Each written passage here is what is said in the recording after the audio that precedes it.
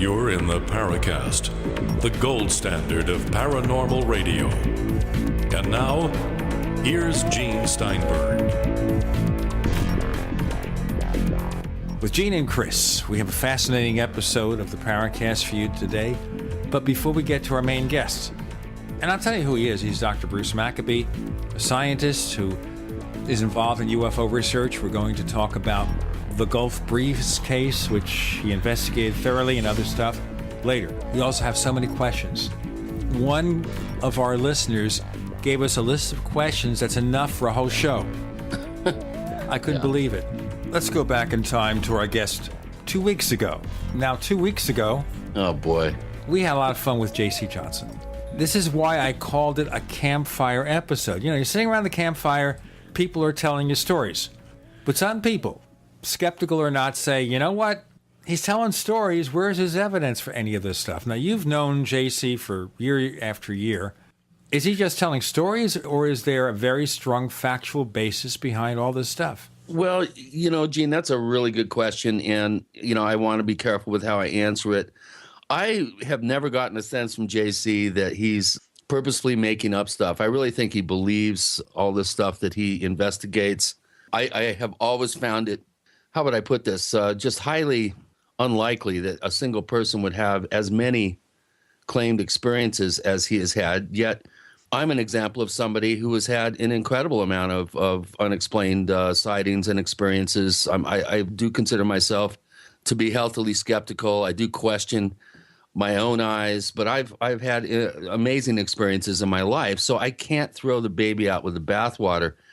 I really would like JC to come up with some slam dunk evidence, some photographs, some video footage, you know, some solid scientific evidence or visual evidence that would even document one of these incredible claims of his. I mean, he's so much fun to listen to that, you know, I think we have to, you know, take everything that we hear from experiencers and from people who claim these types of things. But we have to take it with a grain of salt. But living in the area that he does, I mean, it is filled with traditional people, with stories, with legends, with claims. You know, I find it very interesting that I should get a call from a very respected ex-aerospace engineer, Ron Regehr, with an amazing report of a small 3-foot tall mini T-Rex. And then JC, I get a similar report from him the same day, totally unrelated to the report that I got from Regehr. So, you know, I don't know what to make of it. I can understand why some of our resident skeptics, who I don't understand why they would even listen to an episode like this with JC unless they're really jonesing for somebody to rag on. But I can understand why they might have, you know, issues with some of the claims that he's made. But the guy really does help people. He goes out. People do have strange experiences, they claim, and he goes out and at least attempts to help them, at least attempts to document the information. And none of our skeptics are willing to do that, are willing to put in the time to actually help people. And I think that's one thing that's overlooked in all this critique and complaints about people going out and attempting to investigate these types of things, is they're trying to help people. And, you know, you can take everything else away from them, but you can't take that. So the key is he's collecting legitimate cases from people, trying to make sense of them. He's not a scientist. What is his background? That's a good question. He's a river guide. He's been doing river guiding for a lot of years. He spends a lot of time in the outdoors. And I think that is something, again, that's overlooked by our skeptics and naysayers. The man is a man of the outdoors. He's very, very competent in a natural environment and natural settings. I've spent time outside with him. He's the real deal in terms of his outdoorsman knowledge and the amount of exploring that he does around the wonderful Four Corners area. So, sure, living in Cincinnati, Ohio, or someplace in the Midwest, you don't have context about how big and vast and magical this particular part of the world is around the Four Corners. So I think you have to take everything with a grain of salt. JC Telly is an amazing storyteller. I just love listening to him and guffawing about every 5 minutes. But what can I say, Gene? You know, we needed a guest at the last minute. We hadn't heard from JC in a while. I called him up. He's always fun to listen to. Yeah, now somebody is complaining because JC is associated with someone named Tom Biscardi. Not anymore. Not since that in just ridiculous frozen Bigfoot in the box scenario about 4 years ago. JC was involved in that and was very upset, which he mentioned on the show. He doesn't have anything to do with Biscardi or this Dyer character who's now trotting out this supposed dead Bigfoot. He thinks that is really, it takes so much of the potential gravitas away from the subject with these people that are being, that are hoaxers and buying into hoaxes. So whoever that was that responded obviously doesn't fully understand the relationship. So this is basically out of date, out of time. This is nothing that applies to the current situation. JC was very upset about the way that whole thing went down. He spent a lot of time and was taken in. He was in a place of trust. I think Biscotti, to a certain degree, was as well. But based on my limited knowledge of what happened and how it happened, but I think JC means well. I really do think that he is a man on a mission. Whether he has suspended his disbelief more than other people or not, that's open to debate. But again, JC has a good heart. I don't think he is purposefully misleading people, purposefully lying. I really do feel he believes these stories that we hear. But he's had more things happen to him than any other person I know. I swear. It's just amazing. If all this stuff was true, I mean, Hollywood should come knocking on his door. I think that's what breeds the skepticism. You can't believe that any single person is going to have so many experiences. Of course, where he lives, where he hangs out, he probably makes himself susceptible to more than I would. I mean, I'm a hermit. I live in one place, and I get out occasionally. Yeah. You have something to say, but you're not going to do it.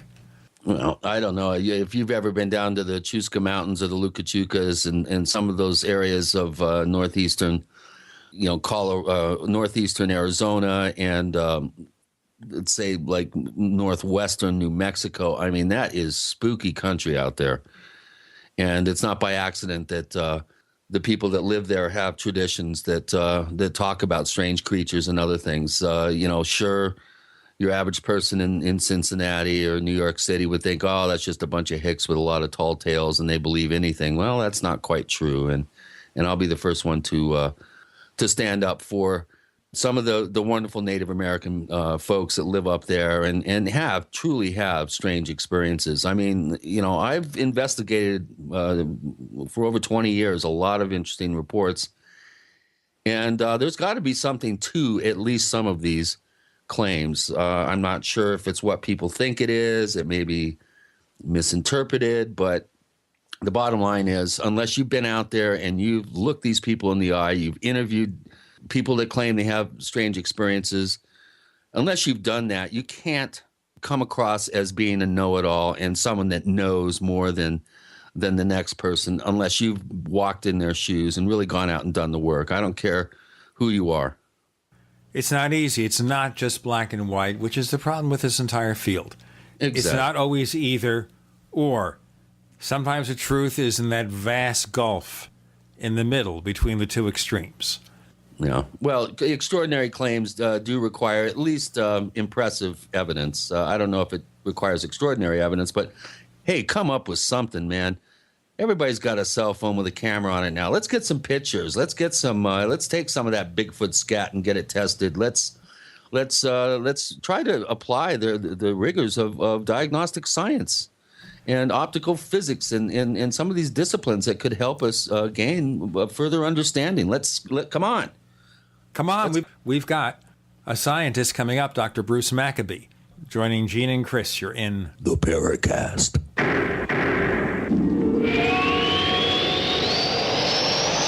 Neighbors, are you tired of dealing with a slow web hosting provider? Well, check out A2 Hosting and their screaming fast Swift server platform. They even have SSDs that load pages 300% faster than the competition. Ready to give your site a speed boost? Well, tell you what, neighbors, head on over to a2hosting.com. That's A2, that's the number 2, a2hosting.com. Check out their Prime hosting account. And get this, neighbors, they're even giving you an exclusive 25% off discount for all our listeners. 25%. And remember, their Guru Crew support team is standing by 24/7, 365 days a year to answer any of your questions. Now, to get the discount, use the coupon code GENE when you check out.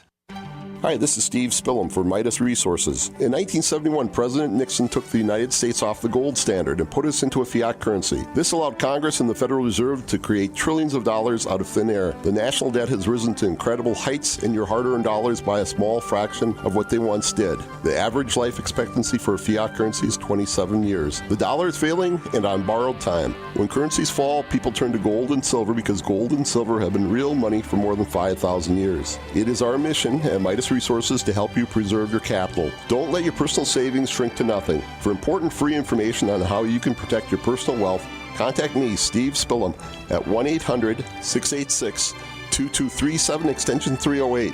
Call today while we are still accepting dollars for gold and silver.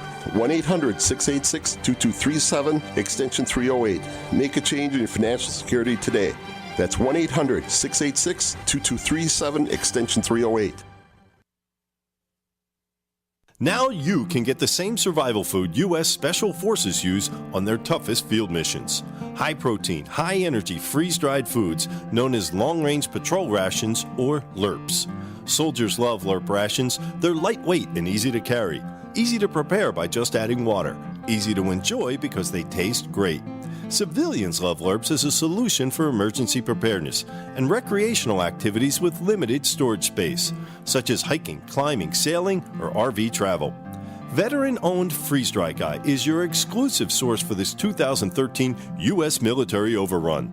Long on nutrition, these delicious entrees have a long shelf life, lasting decades. But this rare opportunity, this limited supply, will not last long. You have to act now. Call 866-404-3663, 866-404-FOOD, or log on now to freezedryguy.com, freezedryguy.com. Question: could too many GMO foods and toxins be overloading your digestive and immune systems? Answer: yes. If you're searching for a powerful detox that's gentle enough to use every day, use Pro EM1 from Terraganics. Pro EM1 is a powerful liquid probiotic that uses good bacteria to suppress pathogens and gently eliminate toxins from your body. A healthy digestive system will cleanse and remove toxins, support weight loss, improve absorption of food nutrients, and aid in controlling yeast and other infections. Pro EM1 is made with only non-GMO and certified organic ingredients, has no preservatives, and is dairy, soy, wheat, and gluten-free. Pro EM1 is the key to your digestive health. Order Pro EM1 Daily Probiotic Cleanse at Terraganics.com, spelled Terraganix.com, or call toll-free 866-369-3678. That's 866-369-3678. Also available through Amazon Prime. Pro EM1 from Terraganics. Life's getting better. We'd like to hear from you. If you have a comment or question about the Paracast, send it to news@theparacast.com. That's news@theparacast.com. And don't forget to visit our famous Paracast community forums at forum.theparacast.com. Back after several years, Dr. Bruce Maccabee joins Gene and Chris on the Paracast. Bruce, we have a lot of new listeners who really aren't familiar with your work and background. Well, it helps us too. So let me ask you, first of all, how does a scientist get interested in UFOs? Isn't that something where they kind of look at you and say, what is this all about? Well, I guess lots of scientists take an interest in the subject. The question is, how long is that interest going to last? A number of people start off with the subject and end up spending their time grinding their wheels against cases that are poorly reported or might even be hoaxes or fabrications or whatever, and then they decide, well, there's nothing to it, and I'm out. However, I guess I was fortunate in the sense that aside from reading books back in the 60s and getting intrigued by what was in the books, I was on some case investigations that turned out to be non-trivial in the early 70s. And so that's what kept my interest. And then I got into studying early sightings in the 40s and 50s, and even going so far as to read the files of Project Blue Book when they became available on microfilm at the National Archives back in 75. And of course I was doing case investigations. I started the McMinnville investigation in 1974. That's been one of the major things that I tackled. And looking back on that, over the years, I guess it was sort of brash of me as a inexperienced guy just barely getting a PhD in physics to tackle a case that was so famous and the only one that was endorsed by William Hartman in the Condon report. And when I started investigating that, I figured I'd probably be able to prove that it was a hoax. But the more I looked, the more I saw things that said not hoax. And you can read the results of my investigation on my website. So anyway, how does a scientist get interested in the subject? Well, like I said, some of them have gotten temporarily interested and then drop out, but I kept going. There are scientific aspects to UFO studies. Well, obviously, if UFOs were spaceships, visitors from another world, there would be scientific aspects. But should we even assume that, or is that just a little too early in this stage? Well, there are scientific aspects to the investigation, which is one of the things that caught my interest as I read books and read history of early sightings and so on, which was that very often for a very particular sighting, it's fine to be skeptical about sightings and then propose potential solutions, but you should be able to prove that the solution you propose actually fits the available data, at least in a reasonable way. And one thing I was struck by was the tendency of severe skeptics to ignore or modify the sighting data in order to make their preferred explanations stick. Most people don't know it, but there's 7 explanations have been proposed. I think it was 7 for the Kenneth Arnold sighting, which is the first one on record, so to speak. They can't all be right. There has to be one explanation. Okay, but you said 7 explanations, Bruce. You said several. Several, okay. I said 7. You said 7. I don't okay. remember if that's the exact number, but the point is that there should be only one.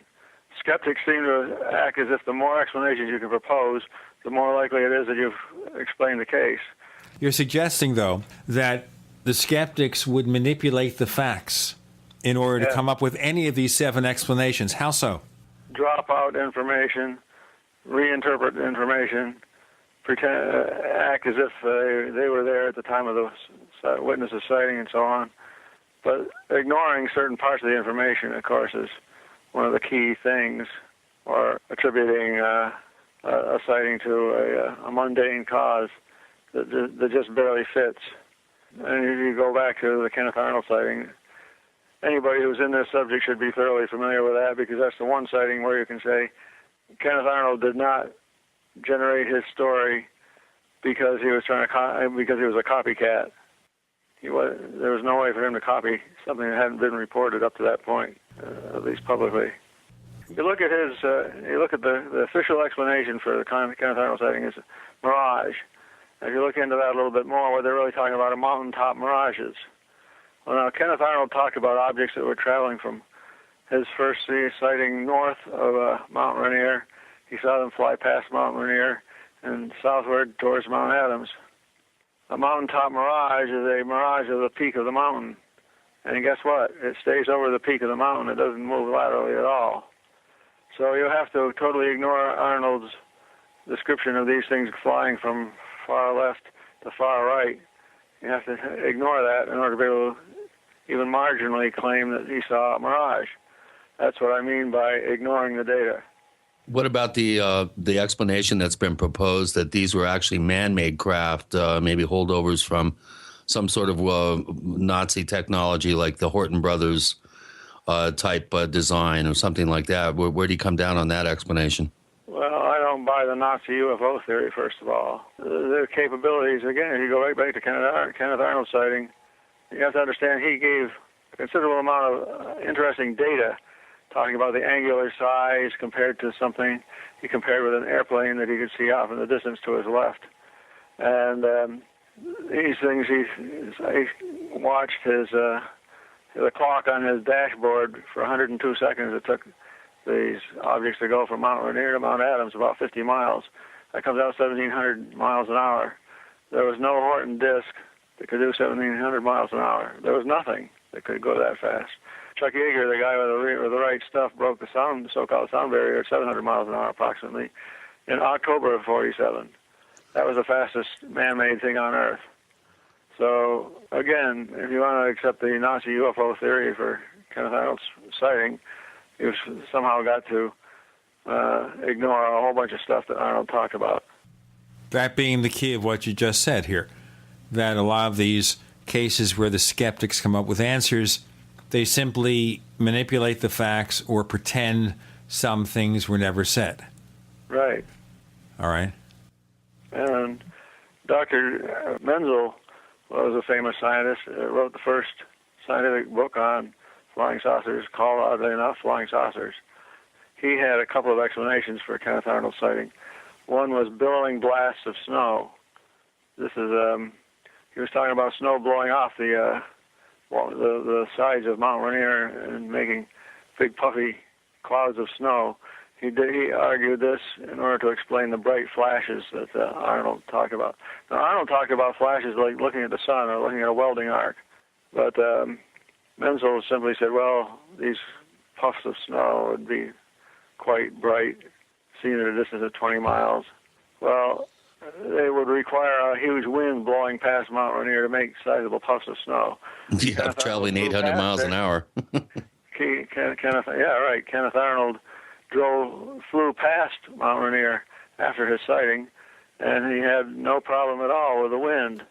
In other words, there weren't any winds strong enough to move billowing blasts of snow 500 miles or 800 miles. And by the way, Menzel rejected the 1,700 mile an hour calculation and said it was probably more like 500 miles an hour, which...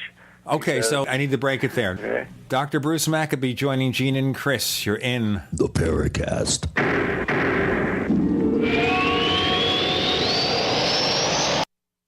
We are America's largest independently owned communications network, GCN.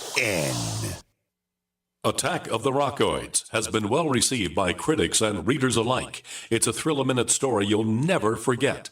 A former U.S. military intelligence officer is haunted by intense dreams about a beautiful woman pleading for his help after a terrible battle in outer space.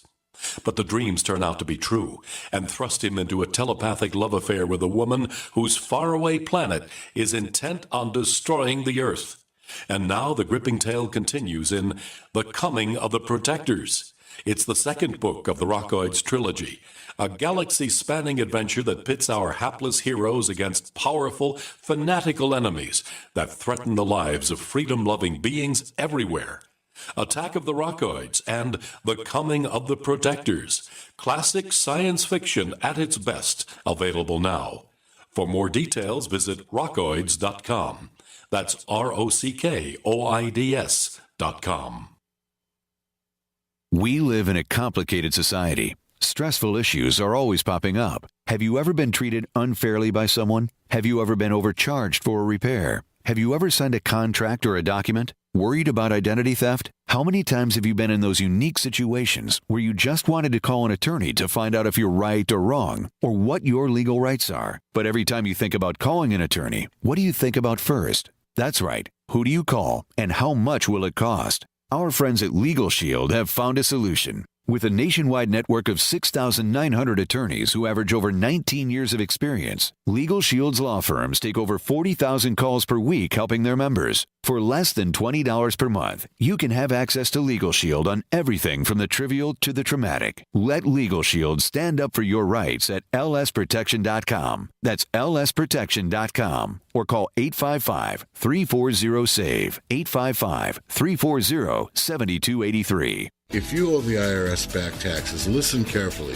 Sweeping changes to IRS policies will help more people than ever eliminate their tax debts once and for all. And now, thanks to Dan Pillip, you can get the tax help you need to end your tax nightmare.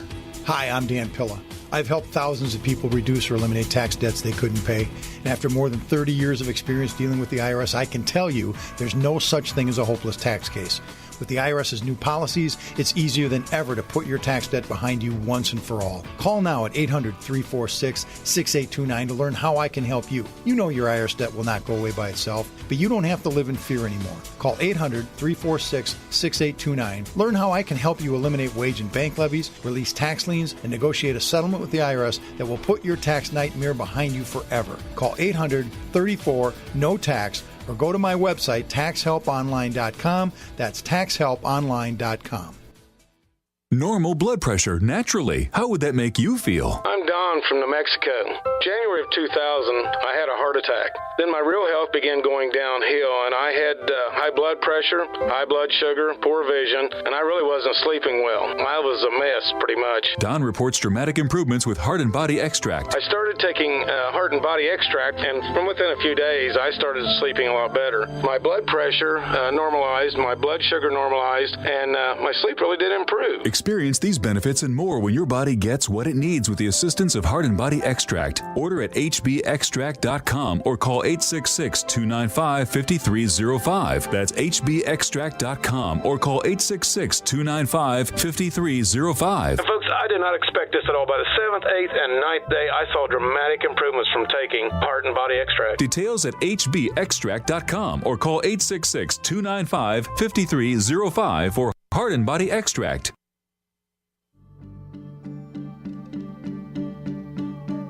Hi, this is nuclear physicist lecturer Stanton Friedman. You are listening to the Paracast, the gold standard of paranormal radio.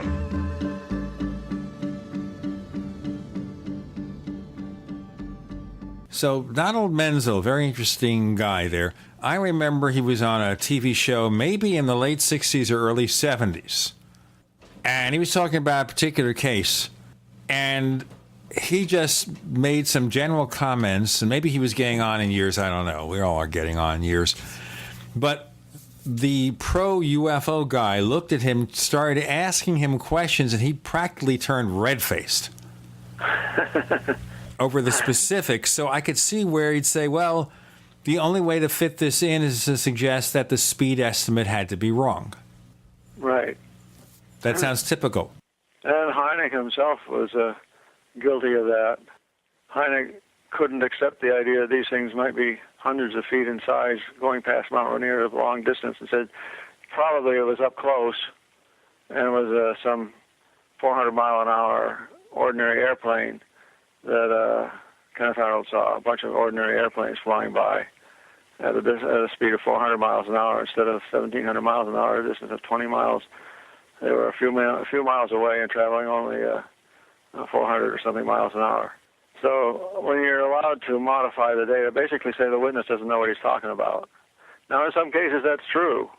Plenty of times I've analyzed bright light in the sky where a person says, it's following me, and you find out that it's the so-called following phenomenon, that if there's a bright light in the sky that's far enough away, and you're traveling, let's say you're traveling north or south, and this light is east of you or west of you, as you travel along, it seems to go right along with you. Why? Because of the direction of the sighting line. If you travel on a straight line north, a straight line south, and you're looking off to the left or off to the right and seeing some object there, it's so far away that the angle of sighting with respect to your heading in the car stays the same until you come to a curve in the road or something. And that's the Venus following phenomenon. People see Venus in the evening or something like that. They're driving along a straight stretch of road, and darned if this bright light up there in the sky seems to follow right along. So, in other words, sometimes the witness is misreporting or doesn't understand what's happening.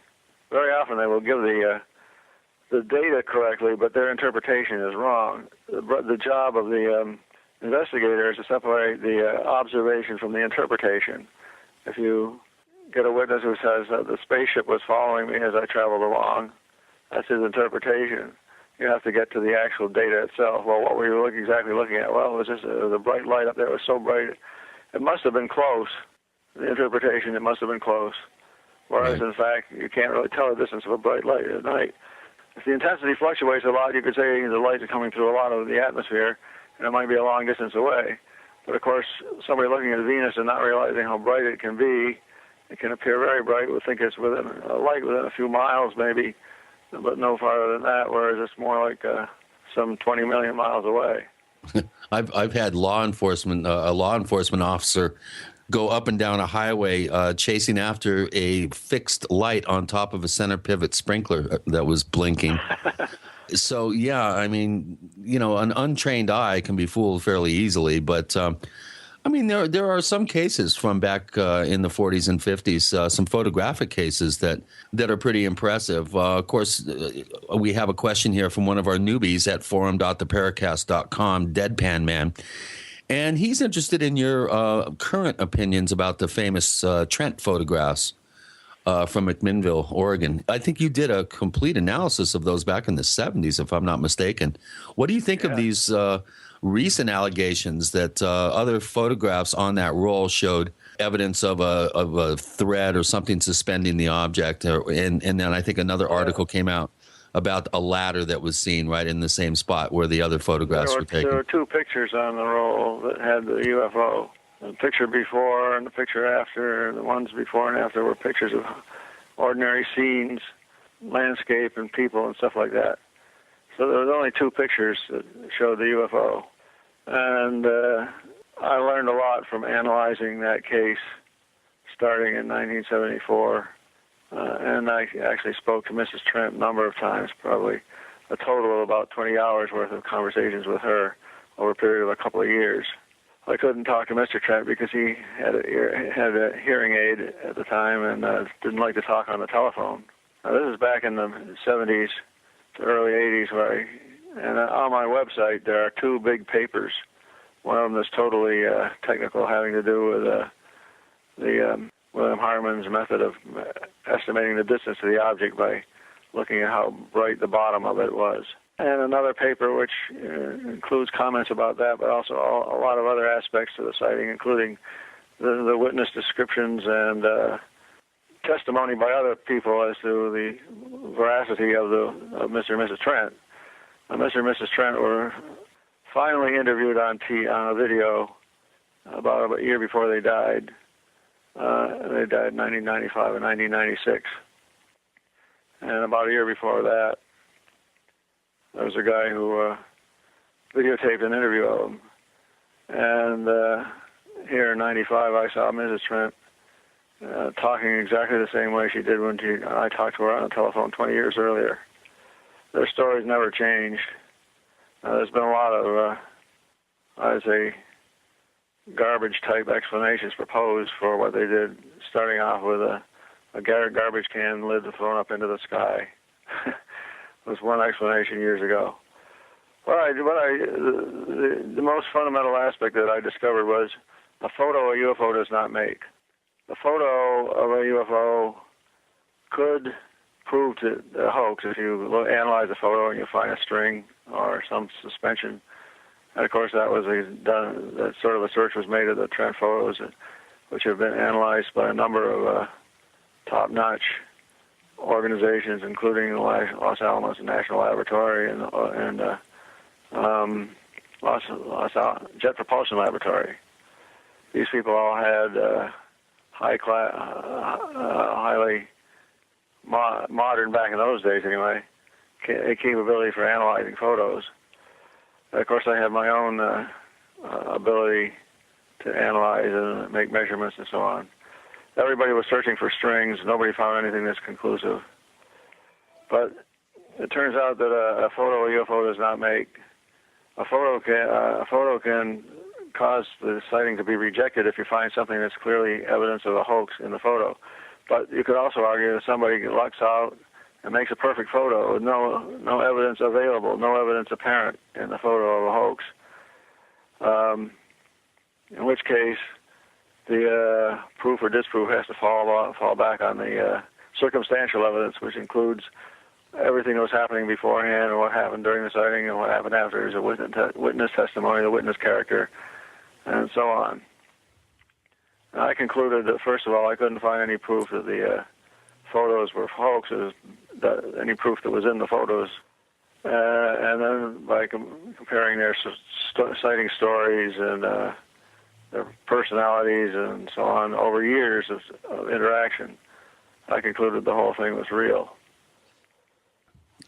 Well, that brings up an interesting point now that we're in the digital. You'll have to give my website out so that people can go look. But if you go and search for the McMinnville, you'll find two big papers there that'll keep you off the streets for a few days. Okay. Well, that brings up a good point, Dr. Maccabee, that in this digital age, it's getting more and more difficult to trust any sort of images that are coming out because of the amazing abilities that some people are bringing to bear on hoaxing photographs with digital pixelated information. And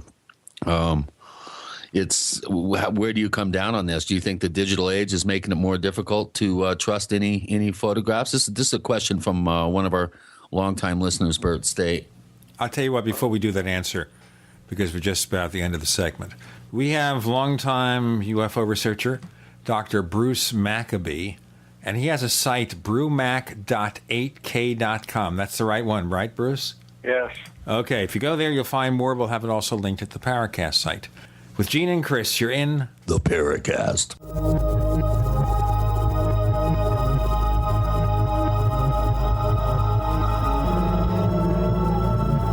A little right, a little left, but always independent-minded.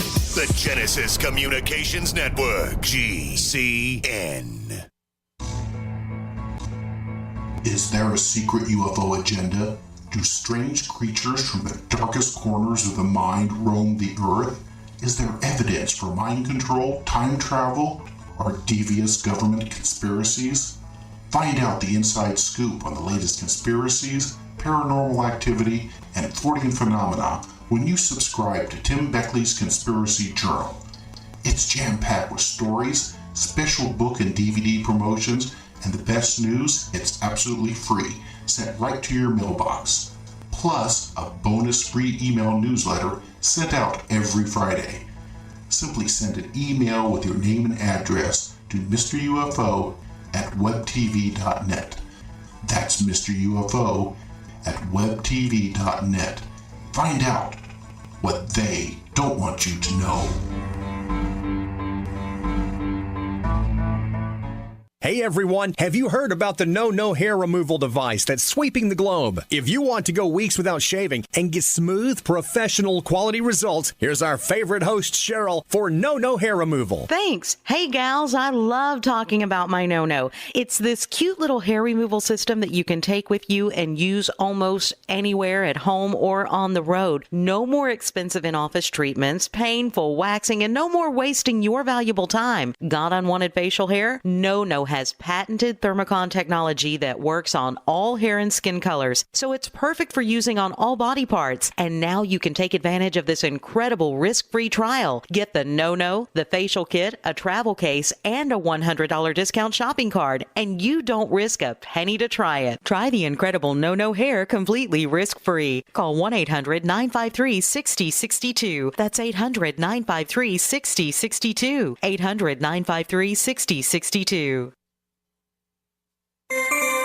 This alert just came in. This special announcement is for business owners and leaders of organizations who've been waiting for the right time to build.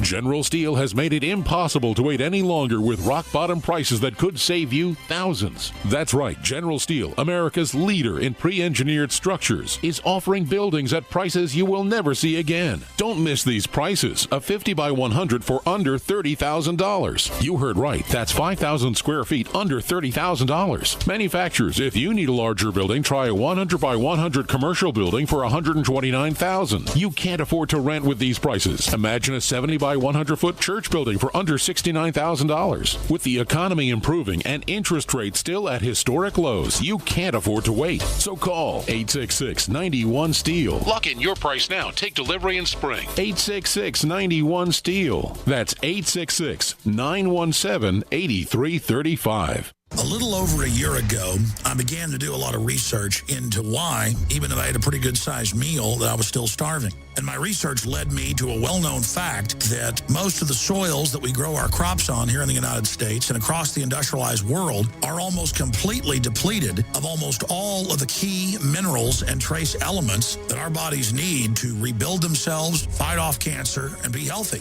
I then searched out the best vitamin and mineral company out there and discovered Youngevity. The Youngevity products are designed to give you the real nutrition you need, and once you've got that, you don't have to eat as much to be satisfied. I've lost 37 pounds in 2 months, simply getting the vitamins and minerals I need. Check it out for yourself. It's incredible. Go to InfoWarsTeam.com today and order your first canister of Beyond Tangy Tangerine Complete Multivitamin Mineral Complex Dietary Supplement. That's InfoWarsTeam.com.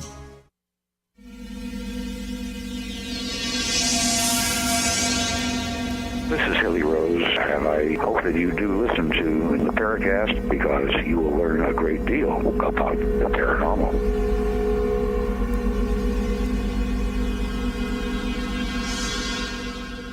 Dr. Bruce Maccabee joins Gene and Chris on the Paracast. Before we did our requisite break, as we got to do every 9 to 10 minutes or so, Chris was asking a rather long question. Bruce, you had any further comments? Well, you would ask about the modern situation with digital duplicity, you might say. Yeah, it makes it easier. The person who knows nothing about photo analysis and stuff like that can go to an application that will deposit a nice little UFO picture right into any background scene you want to photograph. Back in the old days, it was tougher because you actually had to know something about how the photographic process worked to make something convincing. Double exposure, for example, where you expose some bright UFO, for example, you go into your bathroom where it's all dark, you have a UFO that's brightly lit, and you take a photograph of it.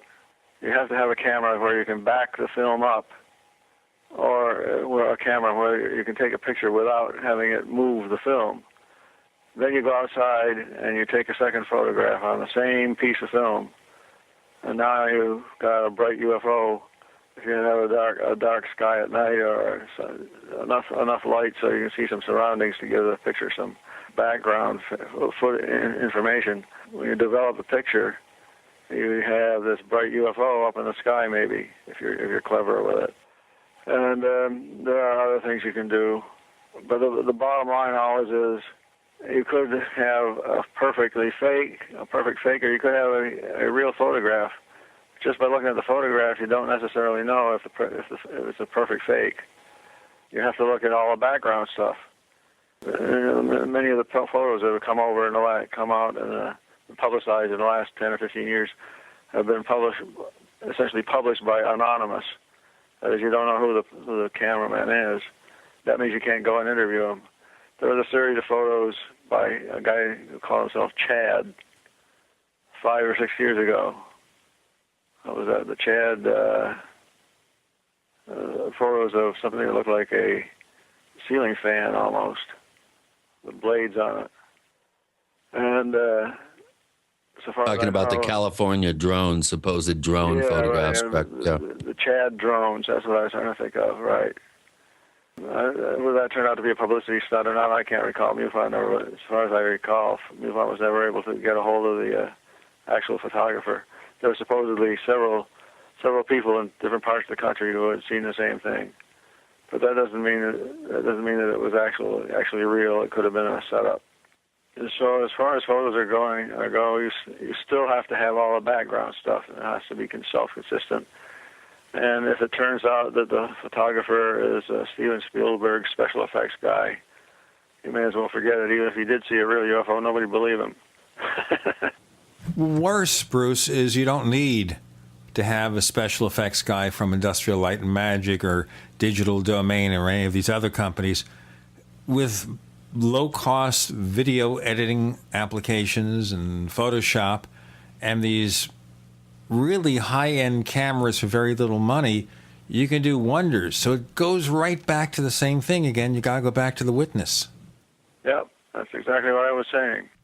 In the Trent case, for example, you can argue, well, they were fortunate.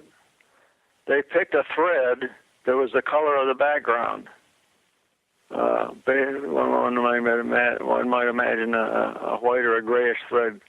It was the same color of the background, so it's hanging by a thread, all right, but you can't see it because you can only see in photography or even in your eyeball, whatever. You can only see things that are contrasty. If there's no contrast, you can't see it. So if they had used a black thread, maybe you could see a black thread against a sort of a brightish distant scene, the horizon at sunset. But if they use a white thread, it wouldn't have enough contrast to be able to be seen. It would be tiny to begin with, and a tiny image widthwise, a tiny image widthwise for the thread, and then if it's the same color as the background, you'd have zero chance of seeing it. So they could have been lucky. One can always argue they could have been lucky, and there's no evidence that's available in the film and the photos, so you have to look at all the other stuff. And as I said, I got into deeply all the other stuff that went on with their story and so on, and ultimately concluded they were telling the truth. Just one fast question here. With so many people running around with really good cameras, being the ones in their smartphones or iPhones, whatever, why don't we see more potentially real UFO pictures now than we ever did? Because people are too busy looking down, texting. That's one reason, maybe. No, we do have a lot of stuff. I get a couple of things every week, I guess, or sometimes a couple a day to look at, and I just don't have time for everything. And a lot of people, they go by their own interpretation of what they saw, and they say, I saw a UFO, here's the story behind my sighting, and here's the video. And I look at it, and it shows a bright light, but so what? There's not much I can do with it. If you have super high resolution, now there's some people who take super high resolution pictures under controlled circumstances. A guy I know, Wilbur Allen, for example, was taking some interesting stuff. But the typical one is somebody taking a low resolution, camera. I have to say that video cameras and cell phones are getting quite good. They can't match the super expensive regular cameras, but they're getting quite good. But I just got one today from a guy who says he's been looking at it. He thinks he's got a UFO, and so I look at it, and he's got a small, bright image there. There's nothing you can really tell about it. You can't talk about shape. You've got to have some angular size to the object before you can start talking about shape and learning any characteristics of the object itself, other than the fact that it's got some brightness to it. And most of these photos you see online, YouTube, whatever, just lights in the sky. Yeah. And when you see something that's got definite shape and angular size, you immediately become suspicious. Well, yeah, and that this is the old adage is if it's too good to be true, it probably is too good to be true. Well, let's talk about a high-res picture that was snapped by the Costa Rican military in 1971 in northern Costa Rica. It's a very famous photograph. It was featured in one of Jacques Vallée's books. Recently, an analyst came forward with the observation that if you turn the picture upside down, it looks exactly like the reflecting part of a flashlight. Where do you come down on the Costa Rican picture? Here, in this situation, you have an airplane flying along doing a geographical survey photos. It's just automatically taking pictures as it travels along. Is somebody going to say that this photo was not taken that way? Well, because that's what I think there's a problem with the evidence chain, though, isn't it? This thing didn't come forward until 73, if I remember correctly. I don't know. It would be checkable because it was presumably one frame out of a long film of frames of pictures one after another. I can remember Hynek talking about it, and he even gave me about a foot square blow up, or maybe it was even bigger than that. In any case, you'd have to prove that the story of how this photo was taken was basically a complete fabrication, a fake. And that, in principle, could be done by going to Costa Rica, looking up the original film strip, and seeing if this photo is there. For someone to say it was a flashlight, the person can't really do more than say, well, I think it was, and therefore I'm going to ignore the picture. It always depends on your interpretation of something and what you're going to do with it. Right. If your interpretation of everything is it's all fake, then you're going to go and do something else. If you run into something that isn't clearly a fake, maybe you'll spend some time with it and learn something. Well, when I heard that Costa Rica photo, so far as I know, is legitimate. The story is it was on a film strip taken by Geographical Survey airplane that was just flying along taking pictures, and after they looked at the pictures one by one, they found this one with a strange image on it, which for everything. So we know that this image something coming out from one dimension into our dimension or something like that. It looks like the left edge of it is hardly there. All right, Chris has a comment to make, and we'll hold that comment until our next segment. We'll also be getting to some more of your questions. Dr. Bruce Maccabee joins us with Gene and Chris. You're in the Paracast.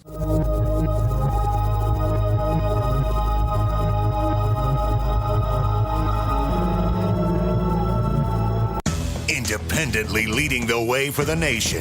Compelling talk for every political persuasion. We are GCN. Hi, this is Ted Anderson. If you'd like to listen to GCN programs on the go, I have great news. GCN has created a Droid and iPhone application, and it's free. Just as easy as going to GCNlive.com, click on the banner, and download. Before you know it, you'll be listening to your favorite hard-hitting GCN shows, live or on demand, right on your Droid or iPhone, 24/7 and on the go. So download the Droid and iPhone app free by clicking on the banner at GCNlive.com. Thanks again for listening to GCNlive.com. Again, that's GCNlive.com. Hi, this is Ted Anderson. Have you ever wondered why banks, stockbrokers, investment advisors won't talk about gold IRAs? They've been available since 1986, yet the financial industry won't recognize the value of gold for your retirement. Gold has outperformed paper investments, yet no word about IRAs. If you would like to have gold for your retirement, call 800-686-2237. Don't get left behind by rising inflation and low returns. Call 800-686-2237. Secure your future and call 1-800-686-2237. It's no secret that silver is one of the oldest known natural antibiotics, but the mainstream media will never tell we the people this information. Why? Many drug companies and politicians have dangerous alliances that manipulate the way we live by prescribing drugs that only manage disease, keeping us dependent on big pharma. And with Obamacare at our doorstep, we are now forced into a system that many of us do not want any part of. And no man or government has the right to dictate how we as free people choose to take care of our health. The patriots at utopiasilver.com hold this truth dear. Colloidal and ionic silver supplements from utopiasilver.com open the door to a whole new world of natural healing for the body and the mind. Visit utopiasilver.com and discover the safe and effective health benefits of colloidal and ionic silver. Call 888-213-4338, 888-213-4338, and talk to the patriots at utopiasilver.com, a leading source of natural healing using colloidal silver, colloidal gold, minerals, vitamins, and herbs. utopiasilver.com.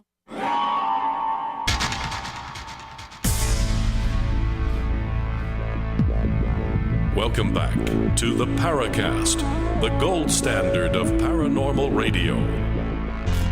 And now, here's Gene Steinberg.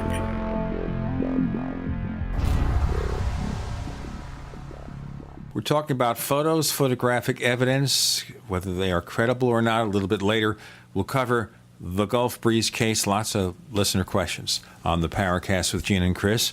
So, Dr. Bruce Maccabee made some long comments about his investigations. Chris had a response. Chris?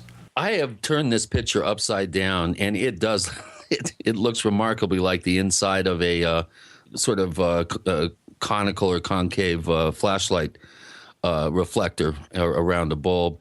And from what I understand from this this recent analysis, that there is a problem with the evidence chain. That the actual word of this photograph, it took 2 years for it to actually be publicized, basically, and that there is some question of whether this picture was actually seen initially when they went through the original photographs when they were developed. Now, I understand that Dr. Haynes, Richard Haynes, has done quite a bit of work on this photograph, and Dr. Jacques Vallée. But, if you turn that picture upside down and look at it, it looks remarkably like a superimposed reflection from the inside of a flashlight. It really does. It fools the eye because it's your eye just assumes that the actual shape is conical and that it's actually going from the rim upwards towards the top of a slight dome. But if you turn it upside down, it looks just like a flashlight reflector. Yeah, well, I'm aware of that argument, and I looked at it myself. As I said, to be able to prove that was true, first of all, you've got to prove that the photo was not taken the way it supposedly was taken. I suppose you could argue that somebody tried to make a double exposure by using the real original photo as a background scene, and then taking a photograph of that, and then photographing a flashlight somehow in the lower corner of it. But until somebody comes up with proof that it was taken, there's not a legitimate photo, I think you have to say that it's got something, it appears to have some anomaly on it. It's not like a flashlight suddenly appeared under the airplane.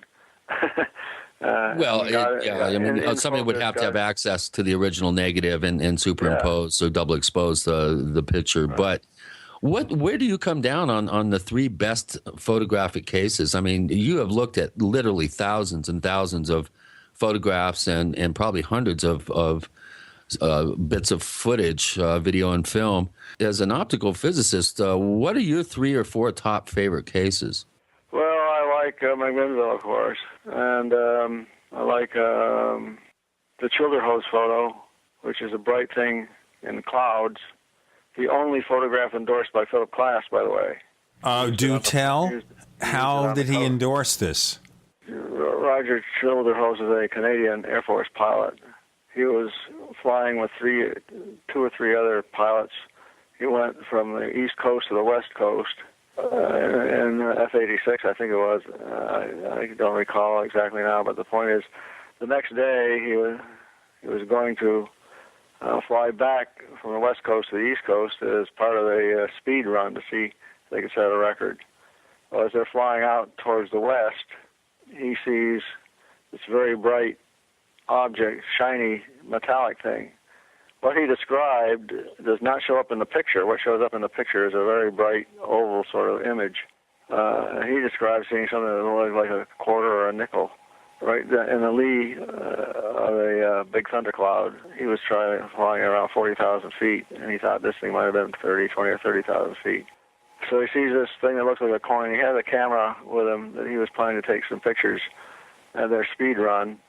He takes a picture of it, and that's been analyzed quite a bit ever since then. As I said, it's the only picture that's endorsed by Philip Klass, and he argued that this big blobby image, and you can see it on my website, was in fact a gigantic ball lightning. This was back in his ball lightning phase of UFO explanations, which he emphasized in his first book, UFOs Identified. 6 years later, he published a book called UFOs Explained, and didn't even refer to his first book. So it's as if the second book was written in a vacuum. Okay, ball lightning. Now, we heard those explanations back in the 1950s with regard to UFOs. Right. Explain to our listeners what ball lightning is supposed to be and why it can't be what appears to be a UFO. It can't even exist because nobody knows how it can exist. There have been a lot of theories. Sometimes observation trumps theory. There have been observations by all sorts of people for over hundreds of years of ball lightning. I even have an observation from my grandmother. It's a self-contained glowing volume of air, you might say, that it can move around. There's a report, as I recall from reading years ago, of a ball lightning coming into the cockpit of an airplane and traveling right down the aisle and then exploding at the back end of the airplane. My grandmother's story was she was trapped in a thunderstorm. She was in the barn in a thunderstorm in Nova Scotia. This would have been way back in about 1900, I guess. And she said there was a lot of lightning and so on, and all of a sudden, in from the big front barn doors that were open, this ball comes in. Now, there was a big hay rake in there, she said. This is one of those things with curved tines that would be drawn by a horse or a tractor to drag along the ground and pick up the hay. So this has got a whole series of maybe 20 or so curved metal tines that have a radius of curvature of 6 inches to a foot, I guess. I don't know. But the point is that she said the ball came and it hit the first tine on this rake and went bing, bing, bing, bing, bing, bing, bing, all the way down to the other end of the rake. Went bing, turned, reversed its direction, bing, bing, bing, bing, bing, back to the first one, bounced off the first one, and then exploded. At which point she decided she didn't care if she got wet or not. She was going to run into the house, which she did. But can I say, Grandma, you're lying. This is a complete fabrication because ball lightning does not exist. Well, now, ball lightning has been reported. The typical sizes are less than a foot. Typical sizes are inches and stuff like that. The ball lightning that Philip Glass was claiming that Childerhouse saw would have been hundreds of feet in size. Nobody in their right mind would ever argue that ball lightning could be that big because there haven't been any observations. People are still trying to come up with theories. Even recently, in the last few months, there's been some publications on theories of ball lightning. And the most recent one is that I've seen on the internet. The lightning strikes the ground and creates a metal in the ground, dirt. Right. One of the reports talking about ball lightning comes from the dirt. Somehow this stuff gets ionized and maintains its ionization. There's a story of a ball lightning that fell into a barrel, a 50-gallon barrel of water, I think it was, and caused it to boil. And that gives everybody some handle on how much energy there must be in this lightning ball. Huge. Yeah.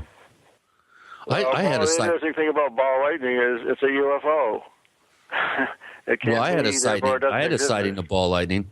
Oh, yeah? You're a liar. No, I'm not. It's lightning struck the ground. Now. Don't tell me. And then the bottom and top of the bolt coalesced in the middle and hung as a ball of brilliant light for a split second and then blinked out. It's like the lightning bolt compressed into a ball that was, I don't know. How close is this to you? Less than 2 miles. Uh-huh. Oh. If it was even that big, I was thinking, distance of 10, 20, 30, 40 feet. People talk about ball lightning going along fences, along a wire fence. Yeah. So there's a lot of reports of ball lightning, hundreds of them. And as I said, nobody's figured out how it manages to exist. Yeah, but a lot of people have confused ball lightning and so-called orbs. Right. I get lots of pictures of people presenting pictures of orbs. Yeah. I have on my website a paper devoted to the what I call flash orb. Before we find out what that means, we got more to come with Dr. Bruce Maccabee with Gene and Chris. You're in the Paracast.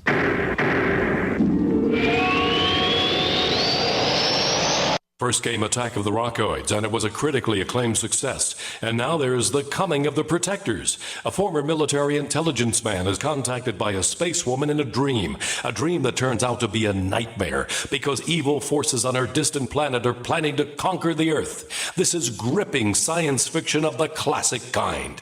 Attack of the Rockoids and The Coming of the Protectors. Find out more at rockoids.com. That's Rockoids, ROCKOIDS.com.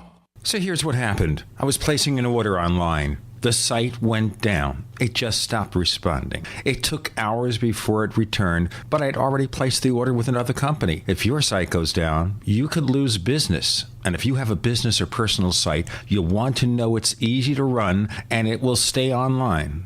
At iWeb, your site is hosted on one of the most reliable networks in the world. Check it out. iWeb.com. That's iWeb.com. Hi, this is Steve Spillum for Midas Resources. In 1971, President Nixon took the United States off the gold standard and put us into a fiat currency. This allowed Congress and the Federal Reserve to create trillions of dollars out of thin air. The national debt has risen to incredible heights, and your hard-earned dollars by a small fraction of what they once did. The average life expectancy for a fiat currency is 27 years. The dollar is failing and on borrowed time. When currencies fall, people turn to gold and silver because gold and silver have been real money for more than 5,000 years. It is our mission at Midas Resources to help you preserve your capital. Don't let your personal savings shrink to nothing. For important free information on how you can protect your personal wealth, contact me, Steve Spillum, at 1-800-686-2237, extension 308. Call today while we are still accepting dollars for gold and silver. 1-800-686-2237, extension 308. Make a change in your financial security today. That's 1-800-686-2237, extension 308.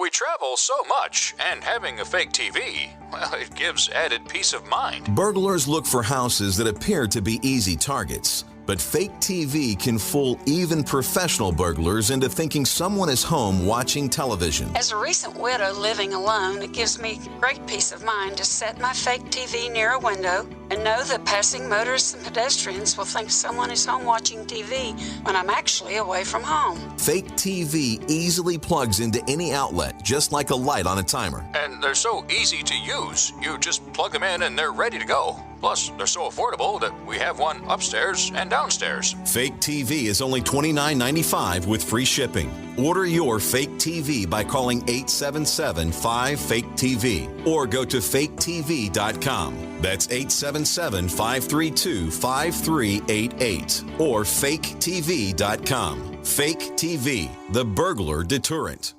There are many things the human body can do very well, but maintaining the proper pH level isn't always one of them. That's where AlkaVision Plasma pH Drops can make a world of difference. AlkaVision Plasma pH Drops helps your body do what's natural. Just a few drops a day helps rid your body of harmful waste and acid while promoting health and restoring vibrance and energy. Alkalizing boosts your immune system and can help fight headaches, irritability, cramping, and insomnia. Alkalizing also helps the body fight depression and even bone loss. To learn more about the importance of alkalizing and how you can find life-changing and vital balance, please visit AlkaVision's brand new website at alkavision.com. Same great products, but now easier to use and more informative than ever before. To get your very own Plasma pH Drops for just $29.95, call 800-518-7615 or visit alkavision.com. That's ALKA vision.com. Alkalize your body and supercharge your health at the new alkavision.com.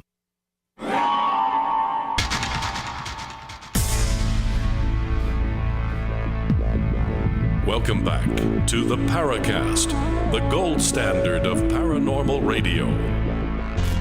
And now, here's Gene Steinberg.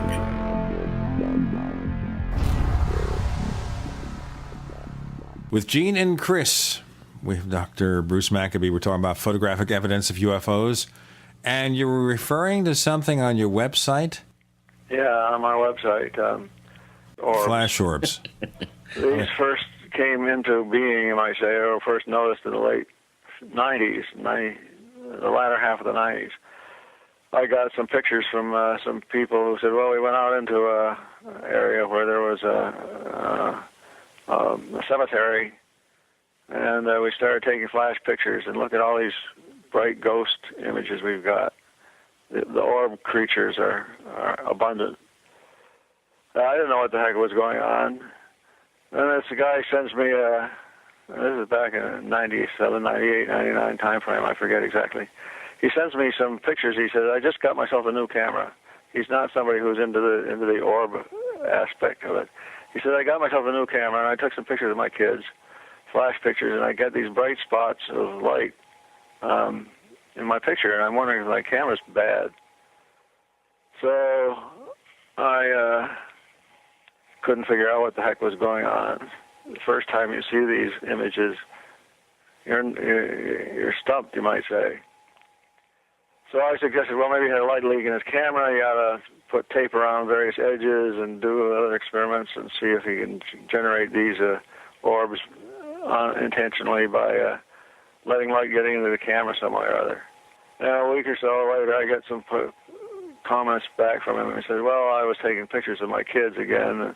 They were jumping up and down on the ground, on the rug, and the more they jumped, the more these lights, these little round images came out.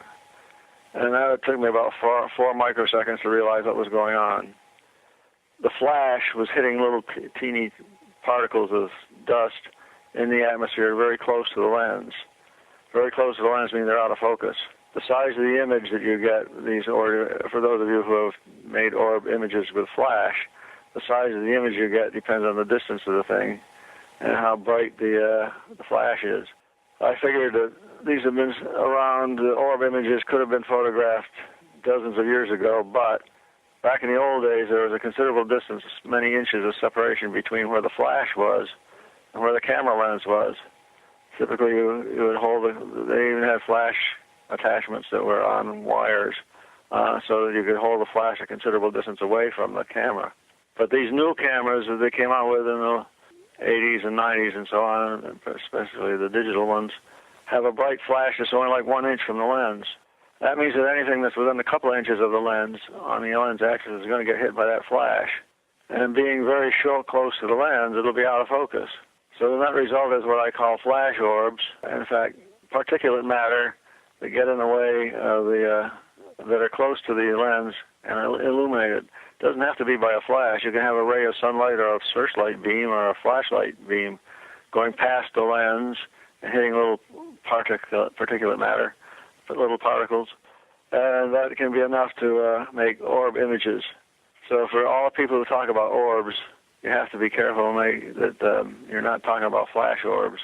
And I have reports of what I would call true orbs. You can see them without a flash. In other words, they are sources of light, not just reflectors. But the flash orbs, you have to be careful of. There may be some anomalous things out there being picked up by the flash, but a lot of it is going to be just dust.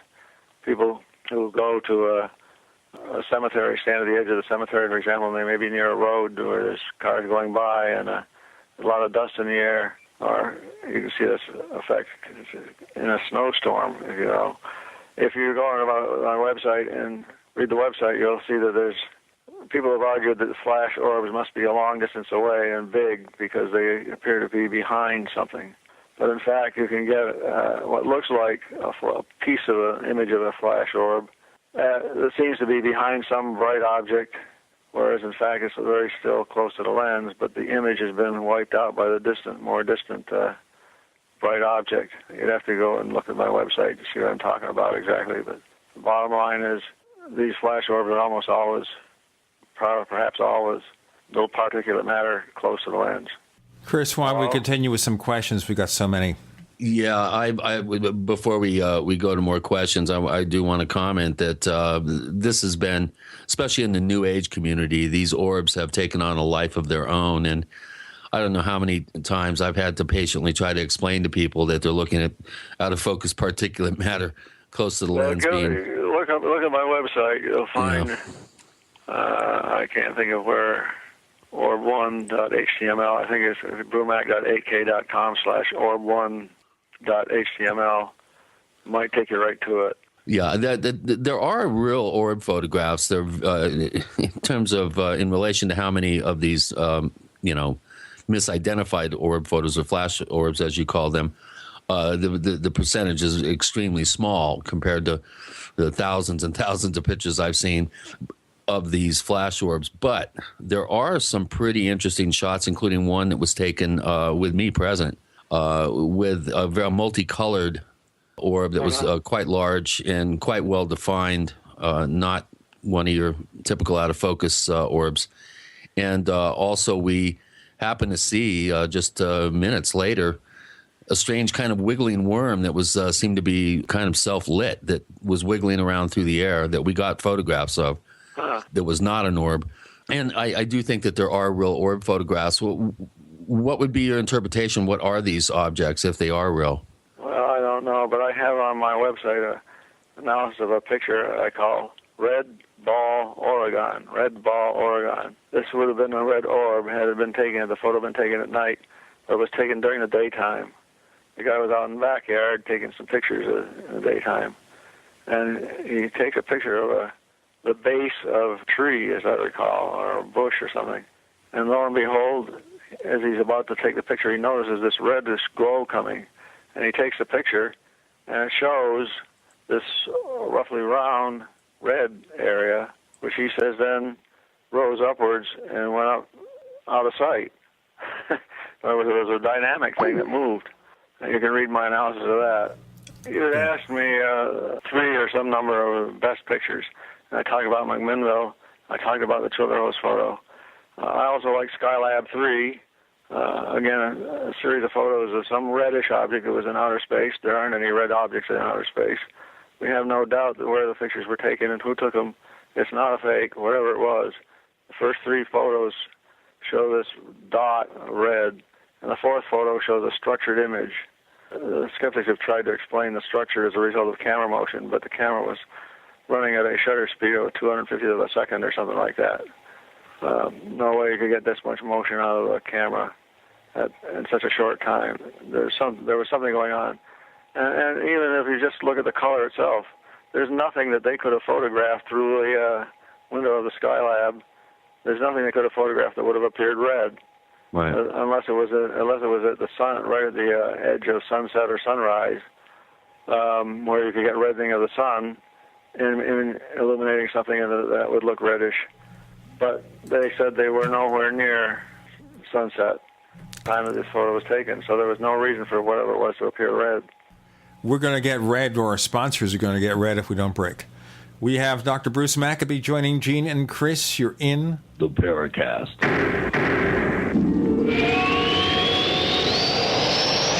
Great minds think alike. The network for the independent-minded. The Genesis Communications Network. GCN.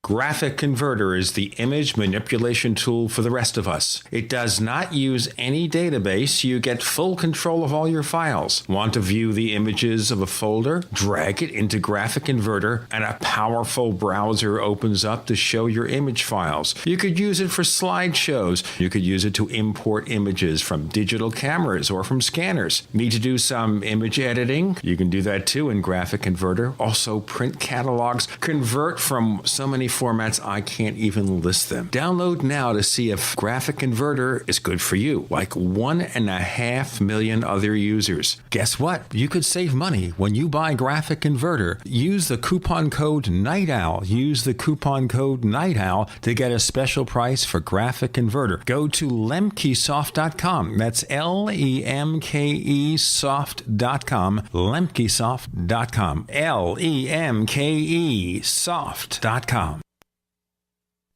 Great news, pure water lovers. BigBerkeyWaterFilters.com has a special discount offer for all GCN listeners. You can't do better than a Big Berkey for economy. For only 1.7 cents a gallon, a single set of filters can last for 5 to 10 years. There's none better than a Big Berkey for emergency preparedness as a backup water source. And you just can't beat a Big Berkey to remove dangerous chlorine, all types of fluoride, pathogenic bacteria, cysts, parasites, and unhealthy byproducts from municipal water. Berkey water filter systems are even powerful enough to purify stagnant pond water. For the gold standard in water filters, get a Big Berkey at BigBerkeyWaterFilters.com. And all GCN listeners get 5% off all ceramic filter systems. For details, call 1-877-99-BERKEY. That's 877-99-BERKEY. Big Berkey Water Filters, for the love of clean water. If you owe the IRS back taxes, listen carefully. Sweeping changes to IRS policies will help more people than ever eliminate their tax debts once and for all. And now, I can help you reduce or eliminate your tax debts and end your tax nightmare. Hi, I'm Dan Pilla.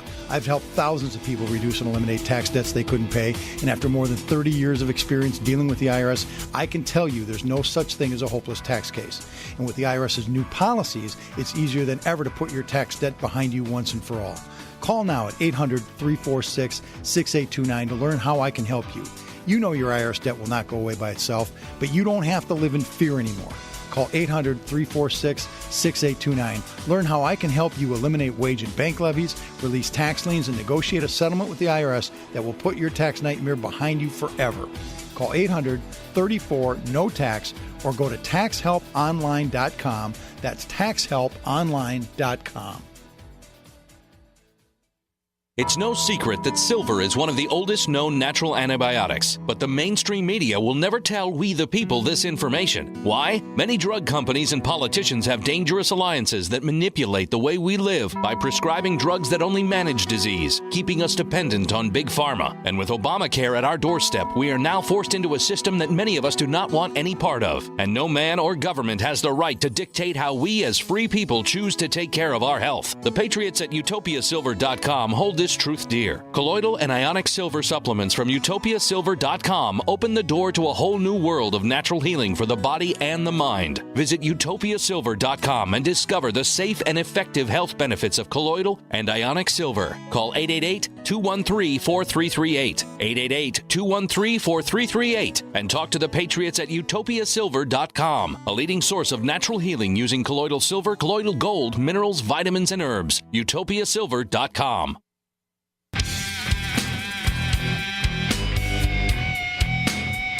This is Kurt Sotheby, author of UFO Mysteries, and you're listening to the Paracast.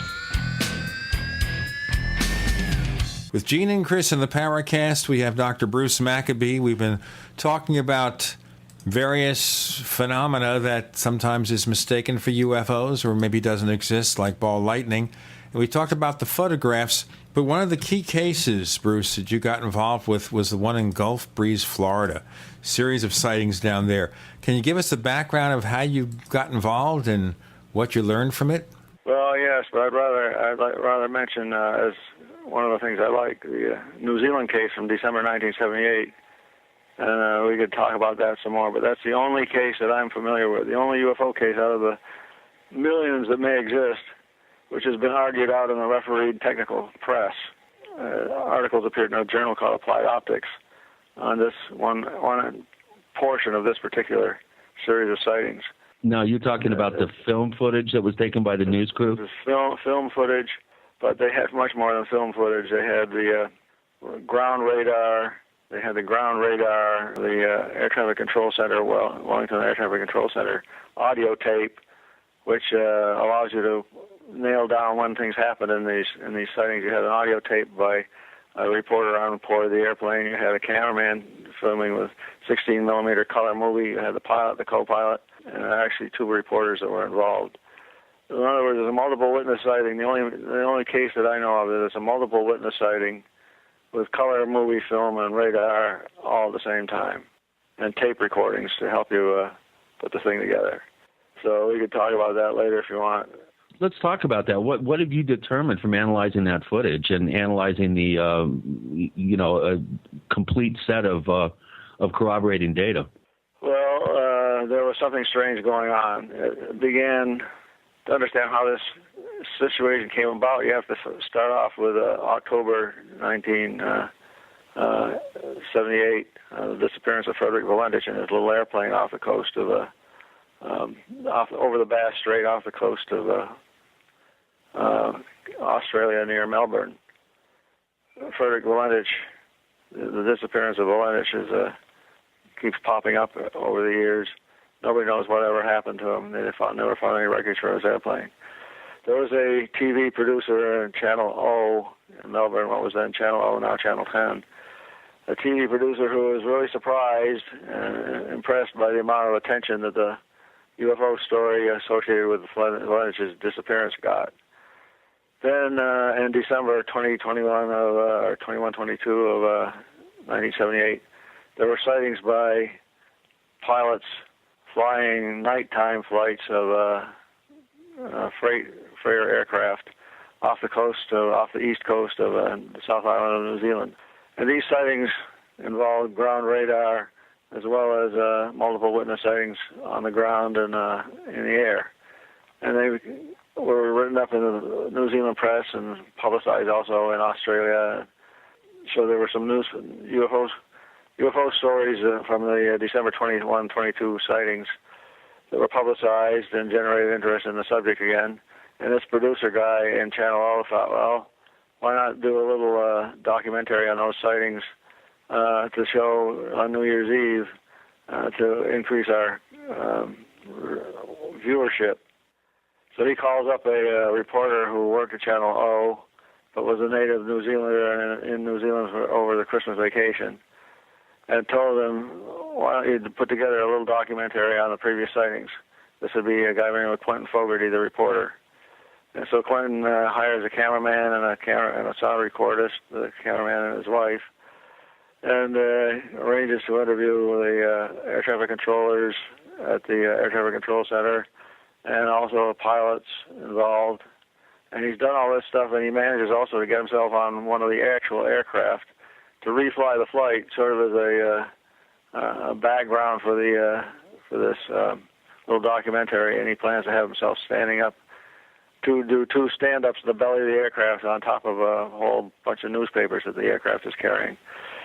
And he has a cameraman down there, and the sound recordist is recording him, and he does this stand-up, which says, we're now flying along the route they had 2 weeks ago, and they saw stuff, and we're going to keep our eyes open. He was planning to do another stand-up that would at Christchurch, where the plane was heading from Wellington to Christchurch to deliver newspapers. He was planning to do a second stand-up on the belly of the aircraft, saying, well, we've flown through the area and we didn't see anything, but wait till you hear what I'm going to tell you about the previous sightings of radar visual guys. He never got to do the second stand-up. The captain and pilot and co-pilot, as they flew south from Wellington, started seeing lights appearing and disappearing off the coast of a place called Kaikoura on the east coast of the South Island of New Zealand. And these lights would come on, and it looked like a beam would go down to the surface, and then the light would disappear and appear again somewhere else. The pilot said it looked to him like a search operation going on, but he didn't know what the heck was on. They called up the Wellington Air Traffic Control Center and asked if they had any targets in that area.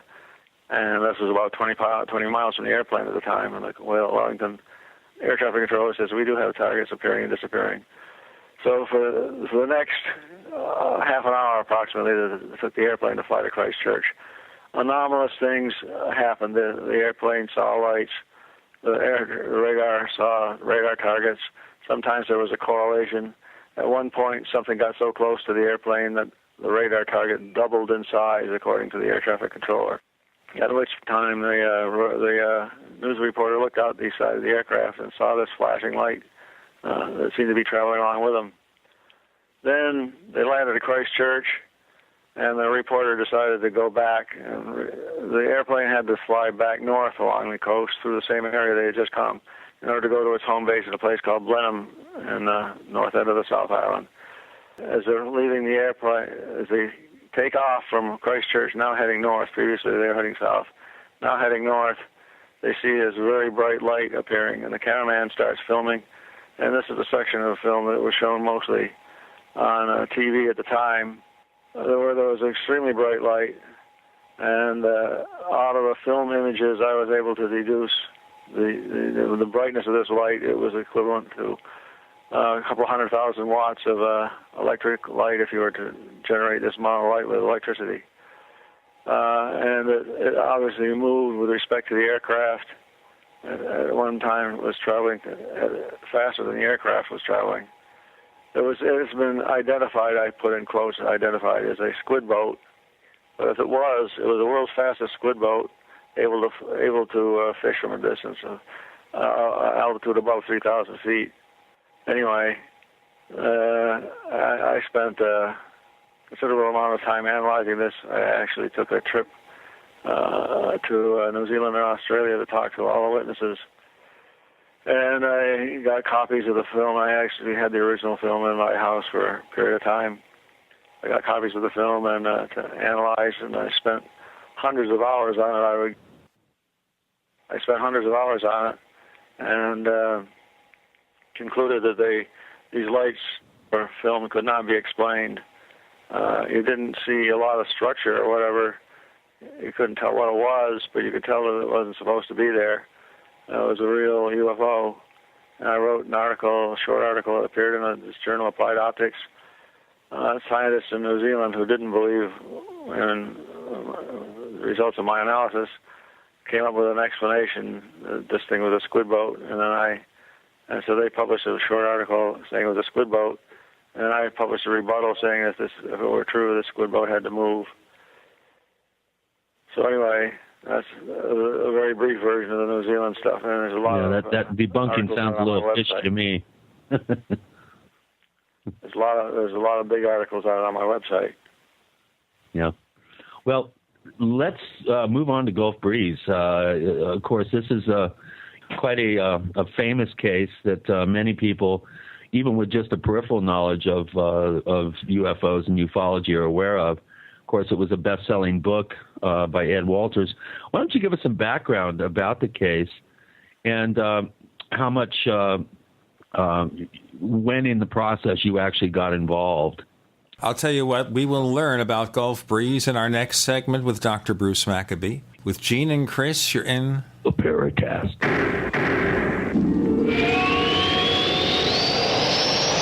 Not just an alternative to the mainstream media. We're the premier independent talk radio network. We are GCN. So here's what happened. I was placing an order online. The site went down. It just stopped responding. It took hours before it returned, but I'd already placed the order with another company. If your site goes down, you could lose business. And if you have a business or personal site, you'll want to know it's easy to run and it will stay online. At iWeb, your site is hosted on one of the most reliable networks in the world. Check it out. iWeb.com. That's iWeb.com. First came Attack of the Rockoids, and it was a critically acclaimed success. And now there's The Coming of the Protectors. A former military intelligence man is contacted by a space woman in a dream that turns out to be a nightmare because evil forces on her distant planet are planning to conquer the Earth. This is gripping science fiction of the classic kind.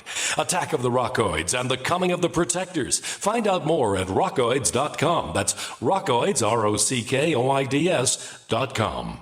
We live in a complicated society. Stressful issues are always popping up. Have you ever been treated unfairly by someone? Have you ever been overcharged for a repair? Have you ever signed a contract or a document? Worried about identity theft?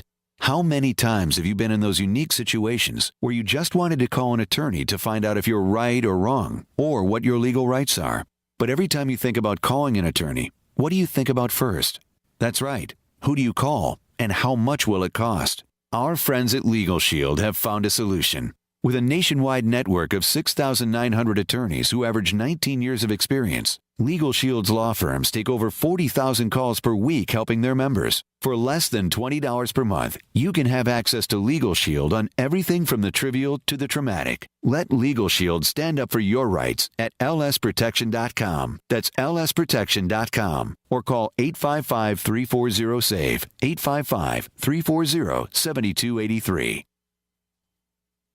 We all know that Berkey Water Purification Systems are the most trusted name in water filtration. As an authorized Berkey dealer for over 6 years and serving thousands of satisfied customers, the Berkey Guy offers amazing specials for Berkey Water Filtration Systems. The Berkey Light Systems include a set of self-sterilizing and recleanable black purification elements that purify water by removing chlorine, pathogenic bacteria, cysts, and parasites to non-detectable levels and remove harmful chemicals such as herbicides and pesticides. Order the Berkey Light System today, complete with 2 black Berkey elements for only $231, and the Berkey Guy will ship your order free of charge. With the purchase of a Berkey Light, the Berkey Guy is also offering a set of fluoride and arsenic filters for only $39.99. That's over 30% off the retail price. Call the Berkey Guy at 1-877-886-3653. That's 1-877-886-3653. Or order online at goberkey.com. That's goberkey.com today. You have all seen and heard about the elements of the periodic table. These elements are the building blocks of everything in the universe. You, my friends, are made from these elements. A shortage of any of these important trace elements can lead to disease. Go with the science and take the Lady Talk Health Challenge and get all 90 essential trace elements with a healthy start pack at ladytalklive.com. Or call 855-333-LADY. That's 855-333-5239. Research shows it's not just what you put in your body that counts, it's what you put on it as well. Why not use an all-natural, healthy mineral-based makeup that actually benefits your skin? Once you experience the airiness and flawless coverage of Youngevity mineral makeup, you will never use anything else. With Youngevity, the perception of your complexion will be natural perfection. Animal-friendly mineral makeup at Mary Lou Health. That's MARILU Health.com. Or call 855-321-HEALTH. This is Jerome Clark, author of the UFO Encyclopedia and other books. You're listening to the Paracast.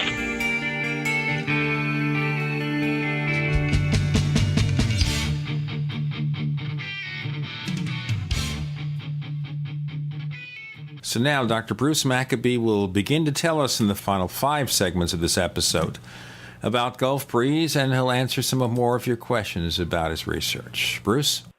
Well, this is a very complicated case because this is not just, although people remember mostly Ed Walters and his photographs, this involves literally hundreds of other people as well. It's not just like in the New Zealand case that if you understood what happened within an hour time frame, you understood what was going on. Here you've got sightings that occur over years, starting in November of 1987 and running up into the middle 90s, with Ed's last photograph being in 97, I think. Anyway, November 11th, 1987 was a day that will live in infamy.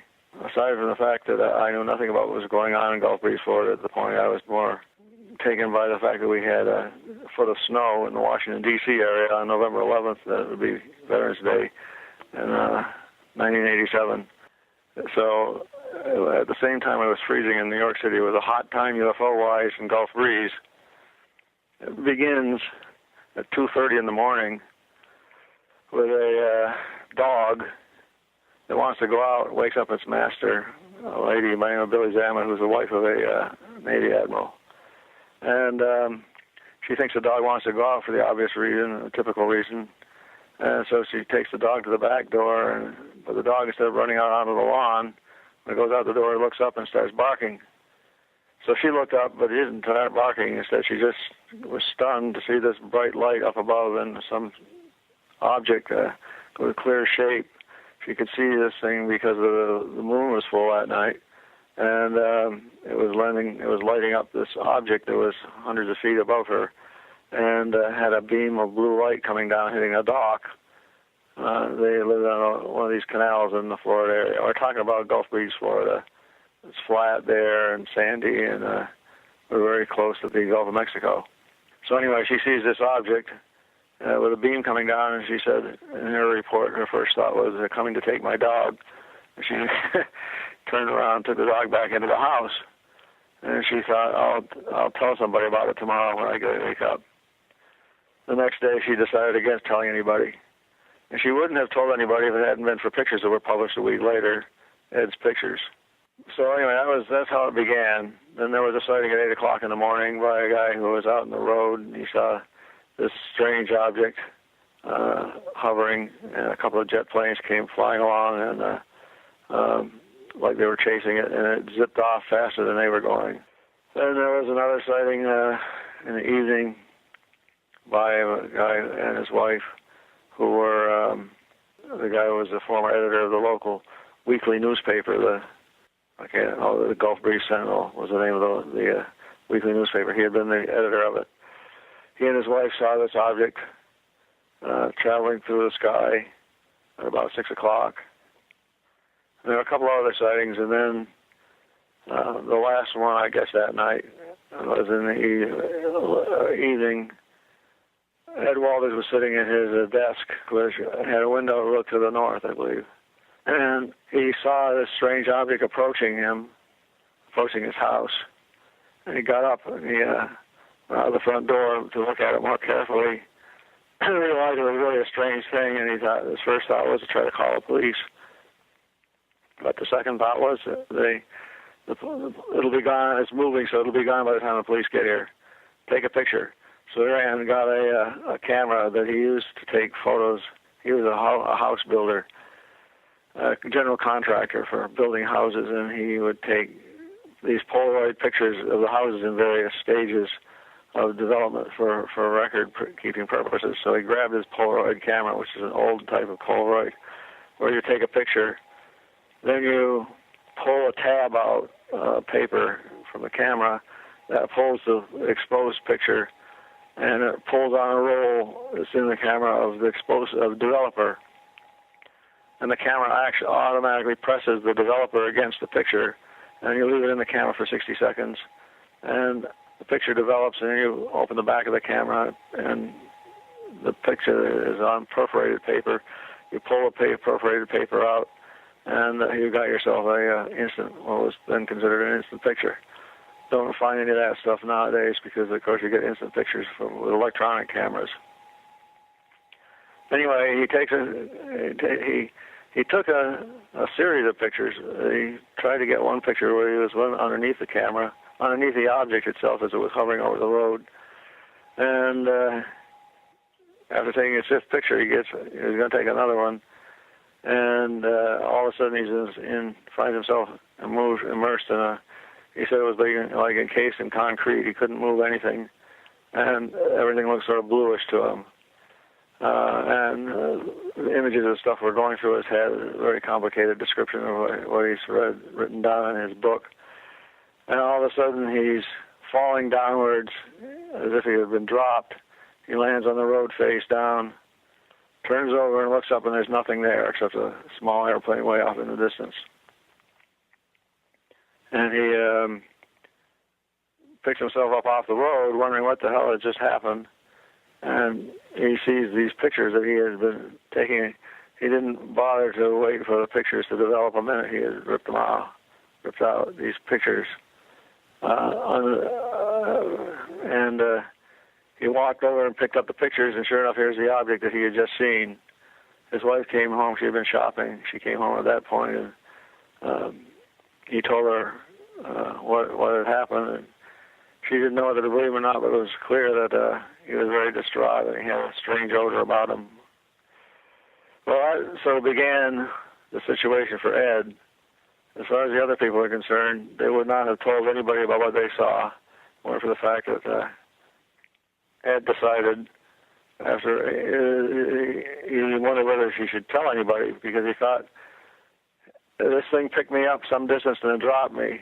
What if I had been a little child? Maybe I was too heavy for it, but a little kid it could pick up and take away. So he was worried that there might be something dangerous to one of these objects if it were to fly over and capture a kid.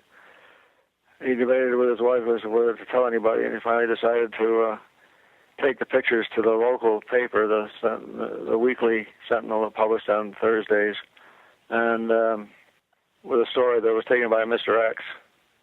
He didn't admit to having taken the pictures. And so the pictures got published.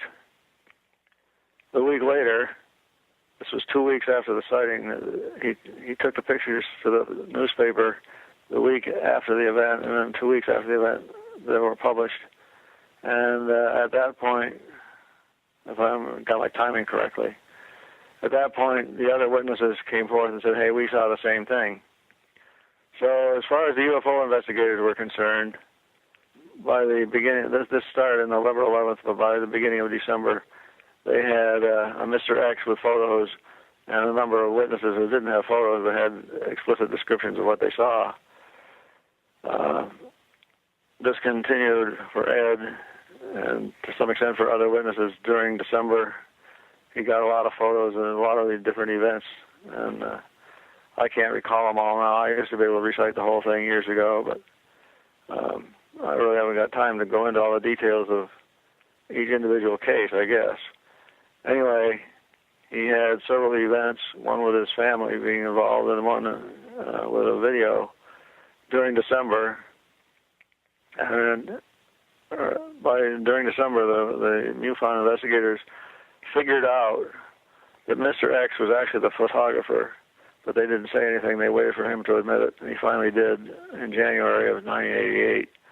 He admitted that he was the photographer and that he was willing to go through all his events, and so they interviewed him for a couple hours.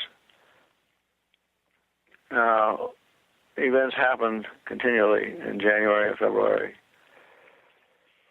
And the word about this phenomenon of multiple photos and so on was getting out and being circulated around MUFON.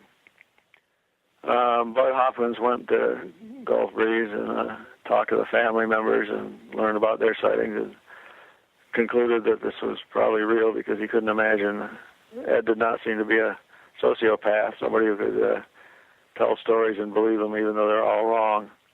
He didn't think Ed was a successful home builder. He had to have some credibility. And, of course, there was a family involved in one particular sighting that was quite amazing. So we'll get back to Ed Walters, Gulf Breeze, lots more with Dr. Bruce Maccabee. With Gene and Chris, you're in the Paracast.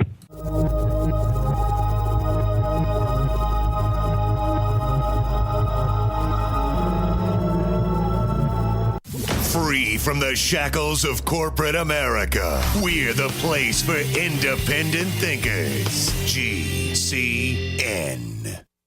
Hi, this is Ted Anderson. If you'd like to listen to GCN programs on the go, I have great news. GCN has created a Droid and iPhone application, and it's free. Just as easy as going to GCNlive.com, click on the banner, and download. Before you know it, you'll be listening to your favorite hard-hitting GCN shows, live or on demand, right on your Droid or iPhone, 24/7 and on the go. So download the Droid and iPhone app free by clicking on the banner at GCNlive.com. Thanks again for listening to GCNlive.com. Again, that's GCNlive.com. We the people grow cotton, weave fabric, engrave ink, embed strips and fibers to protect from counterfeit, then carting to a private bank, having it lent back at interest, forcing taxes to service debt. This capitalism, or was Jefferson correct when stating a central bank issuing the public currency is a greater menace to the liberties of the people than a standing army? Ted Anderson, I'm placing a free silver dollar in a book that explains our monetary system. Call for your copy, 800-686-2237. It's time to understand the system. Call 800-686-2237. That's 800-686-2237. Question: could too many GMO foods and toxins be overloading your digestive and immune systems? Answer: yes. If you're searching for a powerful detox that's gentle enough to use every day, use Pro-EM1 from Terraganics. Pro-EM1 is a powerful liquid probiotic that uses good bacteria to suppress pathogens and gently eliminate toxins from your body. A healthy digestive system will cleanse and remove toxins, support weight loss, improve absorption of food nutrients, and aid in controlling yeast and other infections. Pro-EM1 is made with only non-GMO and certified organic ingredients, has no preservatives, and is dairy, soy, wheat, and gluten-free. Pro-EM1 is the key to your digestive health. Order Pro-EM1 Daily Probiotic Cleanse at Terraganics.com, spelled Terraganix.com, or call toll-free 866-369-3678. That's 866-369-3678. Also available through Amazon Prime. Pro-EM1 from Terraganics. Life's getting better.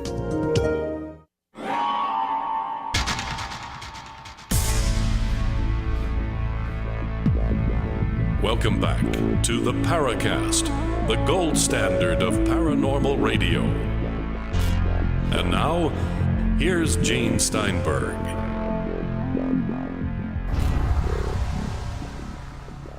Now, maybe we should get this out of the way at the outset here, Bruce.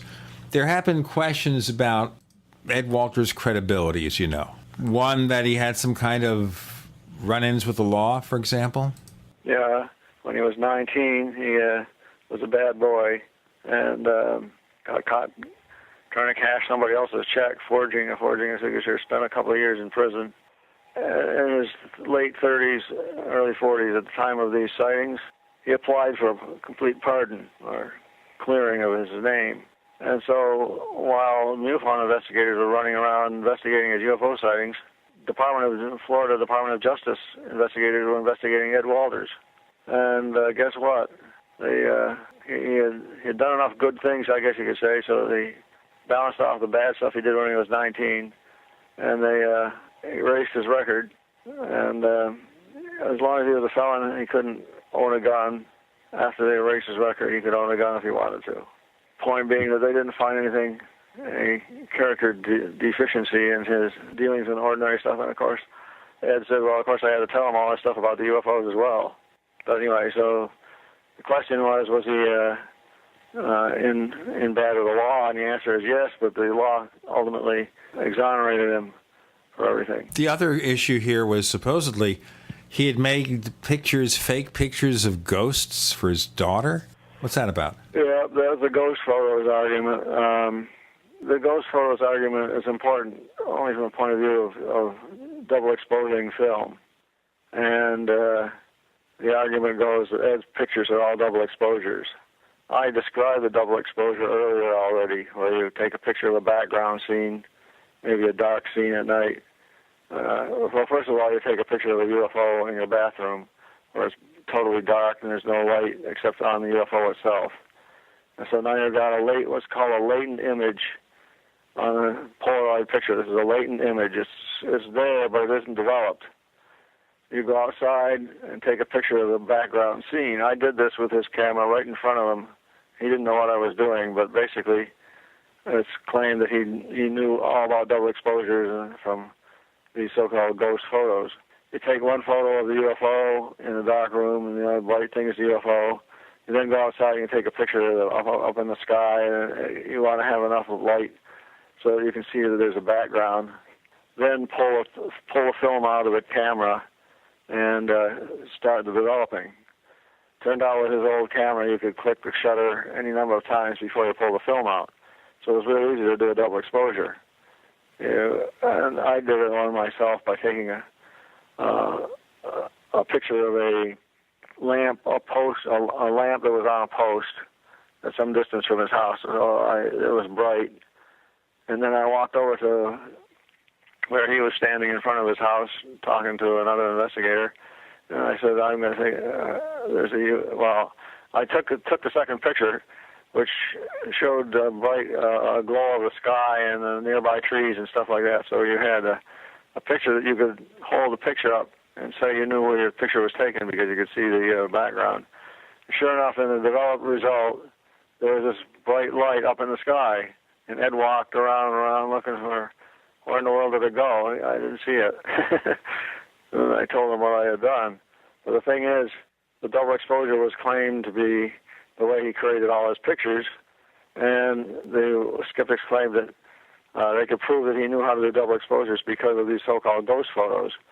In the ghost photo situation, he and his wife would have parties for the kids, and he said that he would make a, quote, ghost photo, unquote, by defocusing the lens and taking a picture of somebody and make them look funny, like ghosty. Well, they took one picture which had some reflections of something in it.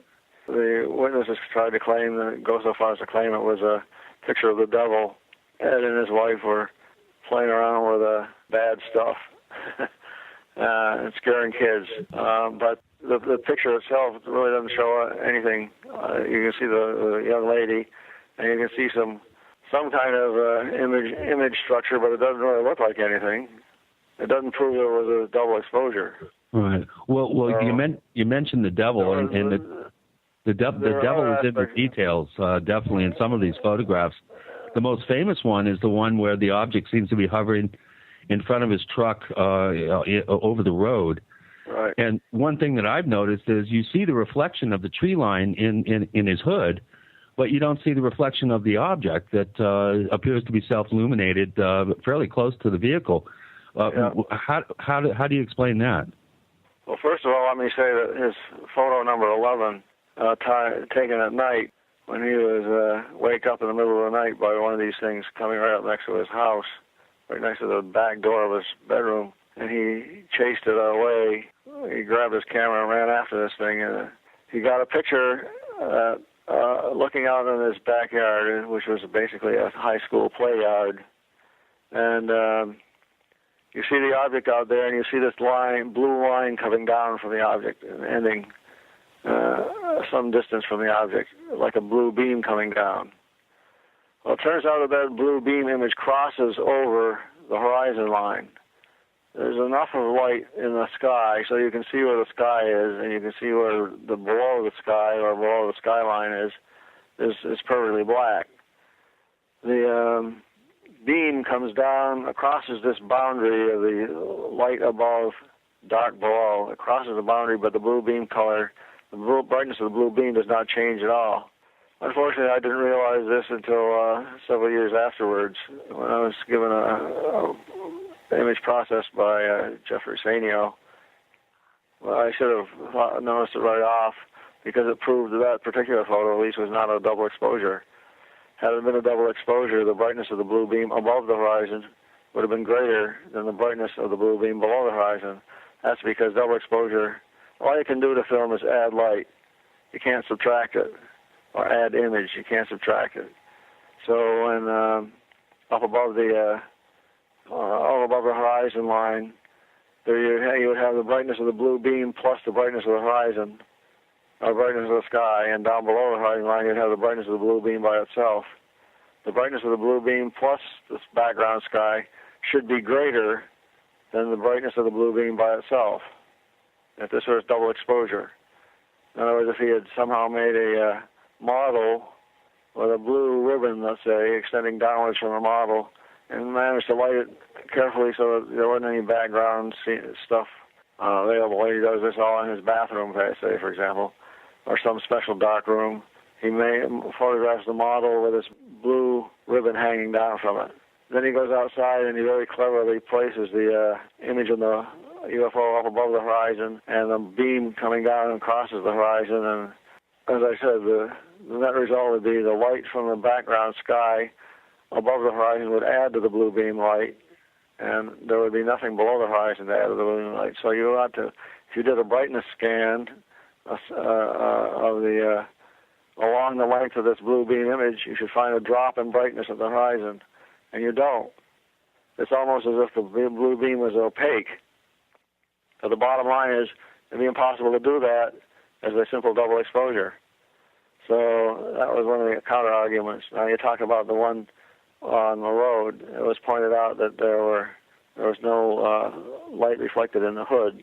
That's a very complicated situation, but I investigated that as well. It turned out that Ed had been in an accident. He had his truck parked at a construction site. There was in front of him a backhoe, and the backhoe guy was driving the backhoe and accidentally backed into Ed's truck, causing a wrinkle or a bend in the hood. And this bend in the hood offers the explanation. You can see not only the tree line that you're talking about in the hood, but there's also an inverted picture of the tree line. That inverted picture is only there because of the bend in the hood. And it just so happens that if you work out the reflections, there's one more thing too. And when you had the truck, had a whole bunch of cement blocks at the back end of it. Let's continue with the truck and the configuration in our next segment.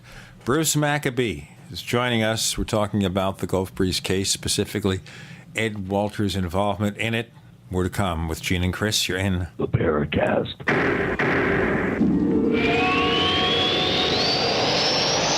Neighbors, are you tired of dealing with a slow web hosting provider? Well, check out A2 Hosting and their screaming fast Swift server platform. They even have SSDs that load pages 300% faster than the competition. Ready to give your site a speed boost? Well, tell you what, neighbors, head on over to a2hosting.com. That's A2, that's number 2, a2hosting.com. Check out their Prime hosting account. And get this, neighbors, they're even giving you an exclusive 25% off discount for all our listeners. 25%. And remember, their Guru Crew support team is standing by 24/7, 365 days a year to answer any of your questions. Now, to get the discount, use the coupon code GENE when you check out. Amanda Bosel here for Midas Resources. Today, February 6, 2014, gold opened at $1262.80. A 1-ounce gold coin can be purchased for $1308.92, $654.46 for a half ounce, or $327.23 for a quarter ounce. Again, that's $1308.92, $654.46, and $327.23. Hi, this is Ted Anderson. Have you ever wondered why banks, stockbrokers, investment advisors won't talk about gold IRAs? Wait a sec. Gold and silver is going up while Congress is trying to settle on the next debt increase. And there's no end to this madness. That old 401k and IRA can be converted into physical gold without tax consequences. I explained this in my book, 10 Reasons to Buy Gold. Don't let time slip away. Call for your free copy today, 800-686-2237. Get away from that Washington spin and get honest answers about gold. 800-686-2237. The book is free, 800-686-2237. Great news, pure water lovers. BigBerkeyWaterFilters.com has a special discount offer for all GCN listeners. You can't do better than a Big Berkey for economy. For only 1.7 cents a gallon, a single set of filters can last for 5 to 10 years. There's none better than a Big Berkey for emergency preparedness as a backup water source. And you just can't beat a Big Berkey to remove dangerous chlorine, all types of fluoride, pathogenic bacteria, cysts, parasites, and unhealthy byproducts from municipal water. Berkey water filter systems are even powerful enough to purify stagnant pond water. For the gold standard in water filters, get a Big Berkey at BigBerkeyWaterFilters.com. And all GCN listeners get 5% off all ceramic filter systems. For details, call 1-877-99-BERKEY. That's 877-99-BERKEY. Big Berkey Water Filters, for the love of clean water. There are many things the human body can do very well, but maintaining the proper pH level isn't always one of them. That's where AlkaVision Plasma pH Drops can make a world of difference. AlkaVision Plasma pH Drops helps your body do what's natural. Just a few drops a day helps rid your body of harmful waste and acid while promoting health and restoring vibrance and energy. Alkalizing boosts your immune system and can help fight headaches, irritability, cramping, and insomnia. Alkalizing also helps the body fight depression and even bone loss. To learn more about the importance of alkalizing and how you can find life-changing and vital balance, please visit AlkaVision's brand new website at alkavision.com. Same great products, but now easier to use and more informative than ever before. To get your very own plasma pH drops for just $29.95, call 800-518-7615 or visit alkavision.com. That's ALKAvision.com. Alkalize your body and supercharge your health at the new alkavision.com. We'd like to hear from you. If you have a comment or question about the Paracast, send it to news@theparacast.com. That's news@theparacast.com. And don't forget to visit our famous Paracast community forums at forum.theparacast.com. Okay, so we're going through the details about Ed Walters' Gulf Breeze UFO sightings with Gene and Chris and Dr. Bruce Maccabee. Bruce, you were talking about his truck? Yeah, Ed was in his pickup truck when he took the picture. He had a whole bunch of cement blocks in the back of his pickup truck that caused it to tilt upwards. Well, it just so happened that the crease in the front due to that accident caused there to be a lowest height of reflection, I guess you could say. If you started way up high, at the distance of a few hundreds of feet, let's say, had the light from the UFO been way up high, it would have appeared in the hood. And as you drop the hypothetical light downwards and downwards, it would move. The image would move to the front of the hood and ultimately disappear. Well, where it would ultimately disappear someplace well below the tree line. But the bend in the hood caused the optics to be different from what you expect. As you look along the hood to where you would expect, you see the tree line appear, then there's a little dark area, and then the tree line inverted because the reflection is now going back up into the sky. You really need a diagram, and it's hard to describe. For people who haven't seen this picture, they probably haven't got a clue as to what I'm talking about. It's very technical, but the point is there is an explanation for why you don't see any lights in the hood. And I had Ed do some experiments with lights in front of the truck at the same place, and they bear out the explanation that I gave as to why there was no reflection in the hood. Well, one thing I've noticed... I should point out that this is one of 30-some pictures that was taken by Ed from between November 11th, 1987 and the 1st of May of 1988. There were other sightings, as I said, the first night. There were, I think 5 or 6 other sightings before Ed's on that first night of November 11, 1987. Other witnesses had sightings. Some even submitted photographs to the newspaper during late November and December of 1987. In January of 1988, Ed got a couple of pictures. In February, he was given a sealed camera with 4 lenses on it. So a camera invented by a guy by the name of Nimslow. The Nimslow camera was designed to have 2.5-inch spacing between the 2 outer lenses to give a 3-dimensional stereoscopic view of whatever you take a picture of.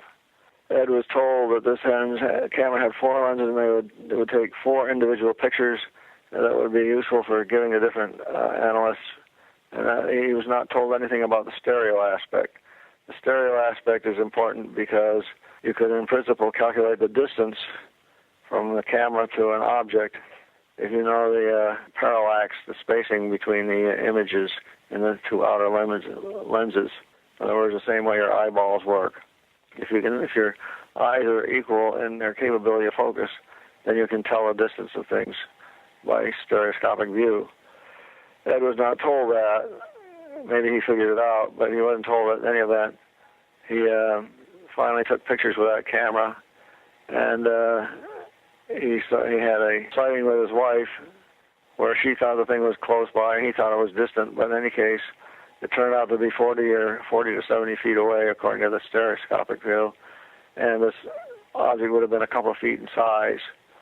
One point is he did take a picture with it and submitted the picture. He took 10 pictures actually with his camera and submitted these pictures for analysis. Had he been a faker that was a super photographer that he was accused of being, he would have known what was going on and would have refused the camera. It was a sealed camera. It was sealed by wax by the guy who loaded the camera, Tom Dooley, and it was unsealed after the photos had been taken. It was unsealed in a public display of this particular sighting. So there's no doubt about the fact that he took these 10 pictures, and as I said, they showed some object that was about 2.5 feet long with multiple lights on it, and it was about 40 feet away from him. My estimated space on calibrating the camera. He also took, he had been accused of using a camera that he could do double exposures on. That was his old Polaroid, where you could click the lens and click the shutter any number of times before you pull the film out, so he could do a double exposure pretty easily. He went and got himself a Model 600 Polaroid, which was the most recent type. And it had a motor in it that ejects the film. You take a picture and immediately it ejects the film. In other words, you don't have a chance to do a double exposure. And he took a couple of pictures with that, and this was in response to the skeptics saying, as I said, that he had been claimed that he was taking double exposures. Well, with this new Model 600 camera, we had to call up the people in Polaroid to find out how you could do a double exposure if you could. And they said the only way you could do that would be to click the shutter and push the film back in again into this mechanism against this natural operation, something that nobody had ever thought of before. So anyway, he had taken a picture with this Nimslow stereo camera, and after the pictures were developed, we told him, why we had done it to be able to measure the distance. And I said, well, you've got a Model 600 camera now. Maybe you could get another Model 600 camera, put them on a tripod, separate them by a foot, and take even better stereo pictures. The stereo pictures allow you to calculate distance. He was always very avid to have his.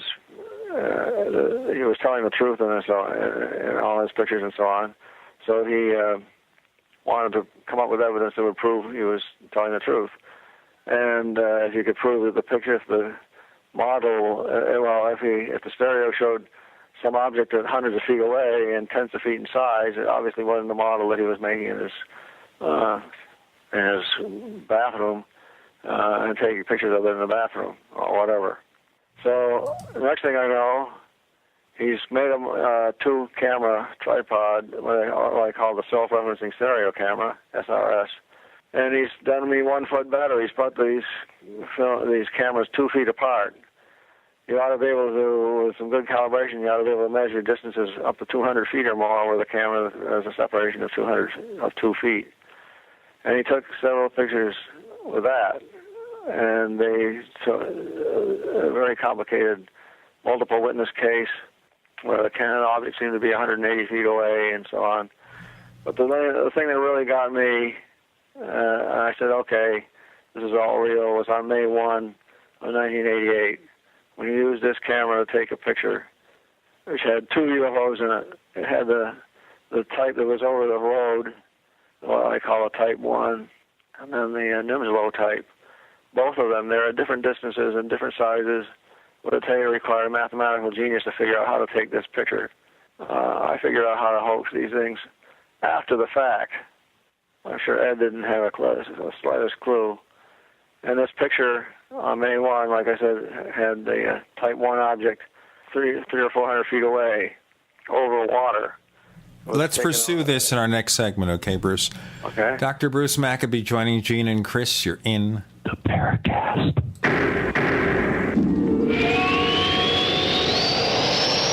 The nation's largest independently owned and operated talk radio network. The Genesis Communications Network. GCN. Graphic Converter is the image manipulation tool for the rest of us. It does not use any database. You get full control of all your files. Want to view the images of a folder? Drag it into Graphic Converter, and a powerful browser opens up to show your image files. You could use it for slideshows. You could use it to import images from digital cameras or from scanners. Need to do some image editing? You can do that too in Graphic Converter. Also print catalogs. Convert from so many formats I can't even list them. Download now to see if Graphic Converter is good for you, like 1.5 million other users. Guess what? You could save money when you buy Graphic Converter. Use the coupon code Night Owl. Use the coupon code Night Owl to get a special price for Graphic Converter. Go to lemkesoft.com. That's LEMKE soft.com. lemkesoft.com.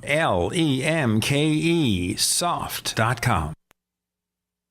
For over 5 years, you've been hearing about the Berkey Guy, so you may know a few things about him. For example, you are well aware of the superior quality and effectiveness of Berkey water filters and accessories. But did you know the Berkeys have had independent lab tests done to prove just how effective they are? It's true, and he can email you the test results. Just visit goberkey.com. You may also know that the Berkey Guy has helped tens of thousands of people get better prepared. Now here's something you may not know. GoBerkey.com has amazing specials and deals all the time on a wide variety of survival and preparedness products. Most ready to ship same day. Visit the Berkey Guy at goberkey.com and be sure to click the red Products on Sale Now button. You can always call toll-free 877-886-3653. Again, that's 877-886-3653. goberkey.com, home of the Berkey Guy. It's time for a home security quiz. What effective home security device is smaller than a coffee cup, fakes out burglars into thinking someone is home at your house while you're away, plugs into any wall outlet, is recommended by many police departments, and sells for less than $30? Yes, it's Fake TV. This year, about 1 in every 50 U.S. homes will have a break-in, with burglars usually picking the easy target, a dark house that looks like no one is home. Fake TV is a small electronic security device that makes it look like someone is home watching TV by simulating the light from a real TV. Fake TV could be the difference between coming home to a secure house or one that's been ransacked. To get your Fake TV for only $29.95 with free shipping, go to faketv.com or call 1-877-5-FAKE-TV. That's 877-532-5388 or go to faketv.com. Fake TV, the burglar deterrent.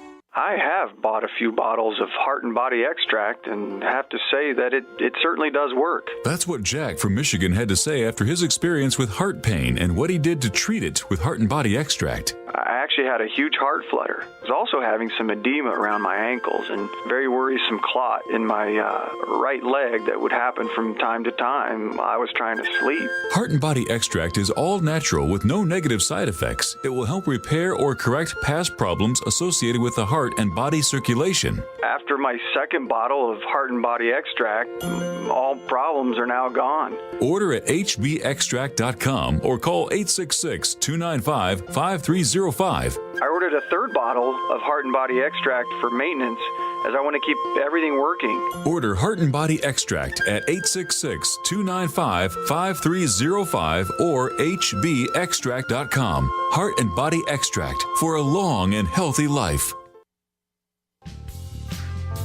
Hi, this is Nick Pope. You're listening to the Paracast.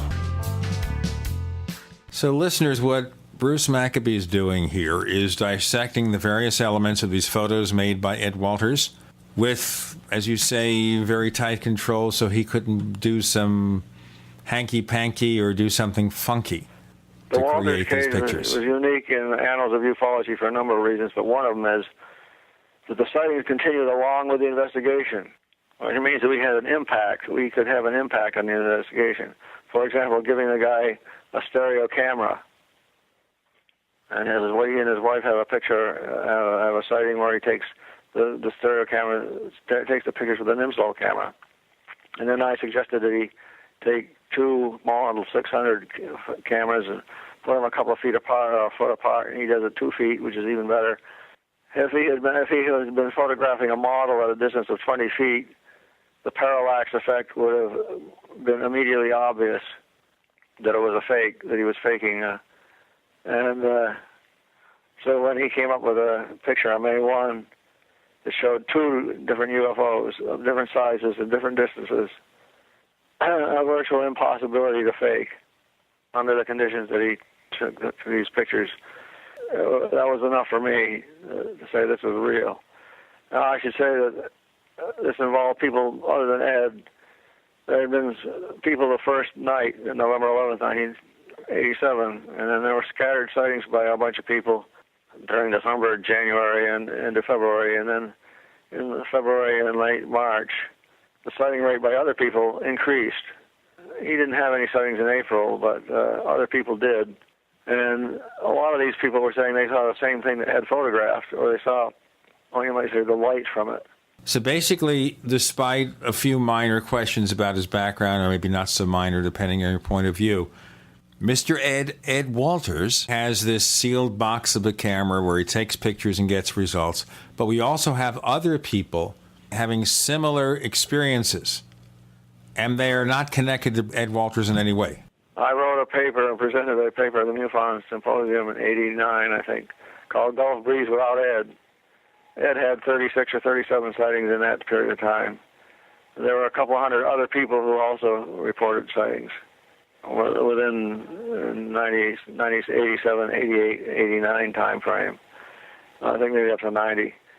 Point being that he wasn't there by himself. But in 1990, he published his book, The Gulf Breeze Sightings. And at the same time, in the spring of '90, a reporter from the Pensacola newspaper did an investigation. And first of all, he interviewed other people who had seen the same thing, and things went good. Then he did an article on the ghost photos and tried to argue that it had double exposed everything. And then all hell broke loose when he asked the guy who was now living in Ed's house. Ed had moved out of the house that he was living in. He had moved out of it and sold it. And the guy, the newspaper reporter, asked the man, "Have you seen any UFOs around?" And the guy said, "No, this is in March of 1990, several years after the sightings." "Have you seen any UFOs around?" "No." "Have you seen any photos of UFOs around?" "No." "How about any models?" That's the third question that this newspaper reporter asked. "You seen any models lying around in the house or outside or whatever?" And the guy says, "Oh, yeah, there was a model." Turns out that this model was similar to, but not identical to, what was shown in the pictures. And, of course, the immediate argument was made that, well, it had a model about 8 or 9 inches in diameter that he was using to take his pictures of in a double exposure manner. And then to top that off, a young man by the name of Tommy Smith claimed that he was with Ed when Ed faked a lot of pictures. Tommy Smith's arguments fell apart, and so did the model argument fall apart when they found out that the model was made out of paper, drafting paper.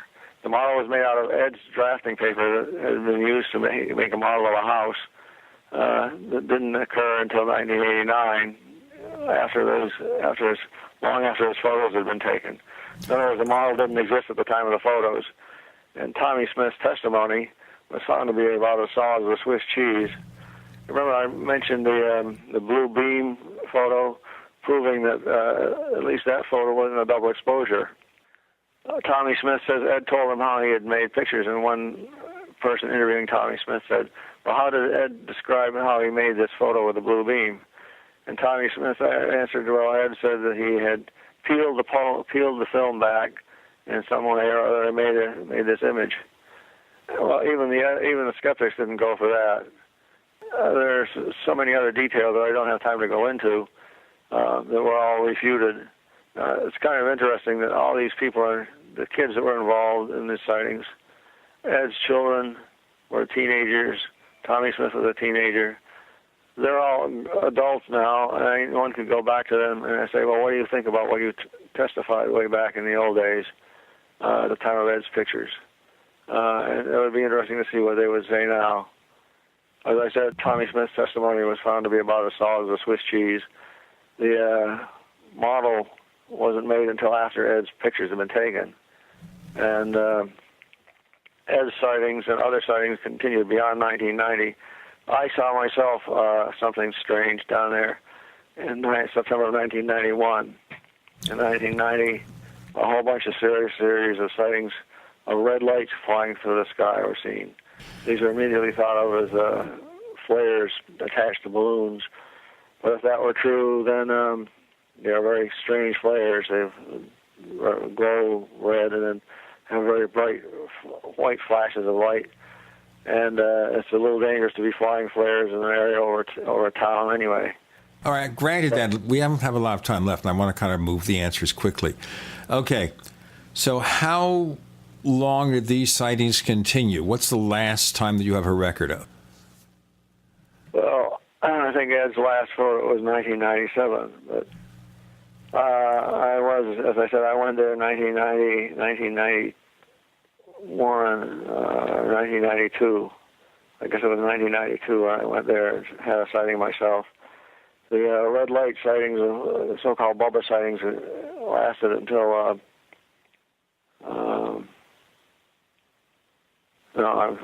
they lasted until July of 1992. After that, things became very sporadic. The MUFON investigators cataloged maybe a few dozen sightings per year after that. They had a couple of photographic sightings, one of them which is on my website. There's stuff that were written in a book called UFOs Are Real, Here's the Proof. It was published in 95 or 96, I guess.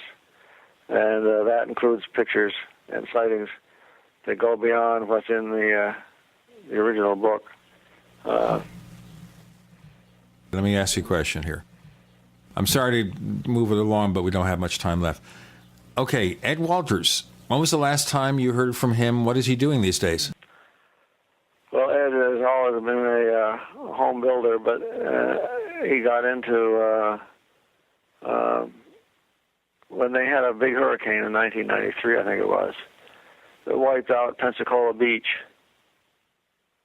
Pensacola Beach had some big hotels in it, but the sand dunes were all gone, and pay telephones were all screwed up, washed away.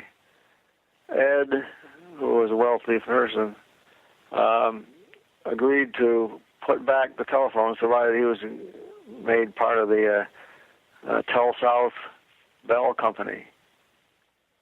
And so he became a telephone person. What else he may be doing, I don't know.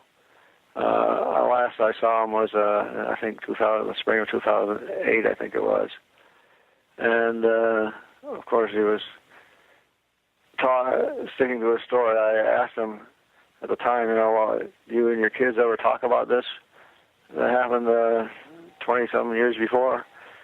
And he says, well, basically, I guess we live as if it never happened. It sounds like a better answer in some of these cases. Dr. Bruce Maccabee joins Gene and Chris for one more segment. You're in the Paracast.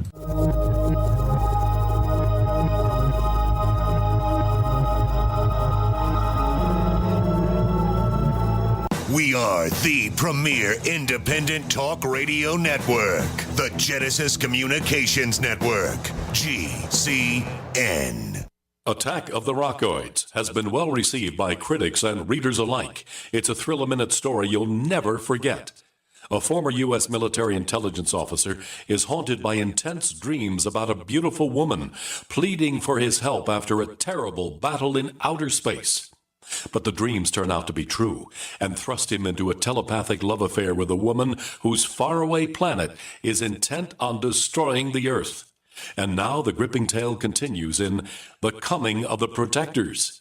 It's the second book of the Rockoids trilogy, a galaxy-spanning adventure that pits our hapless heroes against powerful, fanatical enemies that threaten the lives of freedom-loving beings everywhere. Attack of the Rockoids and The Coming of the Protectors. Classic science fiction at its best, available now. For more details, visit rockoids.com. That's ROCKOIDS.com. This alert just came in. This special announcement is for business owners and leaders of organizations who've been waiting for the right time to build. General Steel has made it impossible to wait any longer with rock-bottom prices that could save you thousands. That's right, General Steel, America's leader in pre-engineered structures, is offering buildings at prices you will never see again. Don't miss these prices. A 50 by 100 for under $30,000. You heard right. That's 5,000 square feet under $30,000. Manufacturers, if you need a larger building, try a 100 by 100 commercial building for $129,000. You can't afford to rent with these prices. Imagine a 70 by 100-foot church building for under $69,000. With the economy improving and interest rates still at historic lows, you can't afford to wait. So call 866-91-STEEL. Lock in your price now. Take delivery in spring. 866-91-STEEL. That's 866-917-8335. Now you can get the same survival food U.S. Special Forces use on their toughest field missions. High protein, high energy, freeze-dried foods known as long-range patrol rations or LRPs. Soldiers love LRP rations. They're lightweight and easy to carry. Easy to prepare by just adding water. Easy to enjoy because they taste great. Civilians love LRPs as a solution for emergency preparedness and recreational activities with limited storage space, such as hiking, climbing, sailing, or RV travel. Veteran-owned Freeze Dry Guy is your exclusive source for this 2013 U.S. military overrun. Long on nutrition, these delicious entrees have a long shelf life, lasting decades. But this rare opportunity, this limited supply, will not last long. You have to act now. Call 866-404-3663, 866-404-FOOD, or log on now to freezedryguy.com, freezedryguy.com. Hi, my name is DeRay, suffering from migraines, having Botox injections in my head and neck to alleviate pain, costing $1,500 out of my pocket. I discovered Dr. Ortman and Gentle Touch chiropractic adjustment called Nuka. I'm migraine-free since my first adjustment. Thanks for giving me my life back, Dr. Ortman. I wish they prescribed you instead of Botox. Thanks, DeRay. Putting the bones back in place is only half of the solution. We design a nutritional supplement program the body can handle, actually absorb, providing nutrients, targeting the problem area. Between Nuka and nutrition, we will have you on the road to a faster and more permanent recovery. Look us up on the web at drortman.com or call 952-303-9124. Let us help you feel better faster. Wellspring Spinal Care at 952-303-9124. Again, that's 952-303-9124. Or on the web at drortman.com.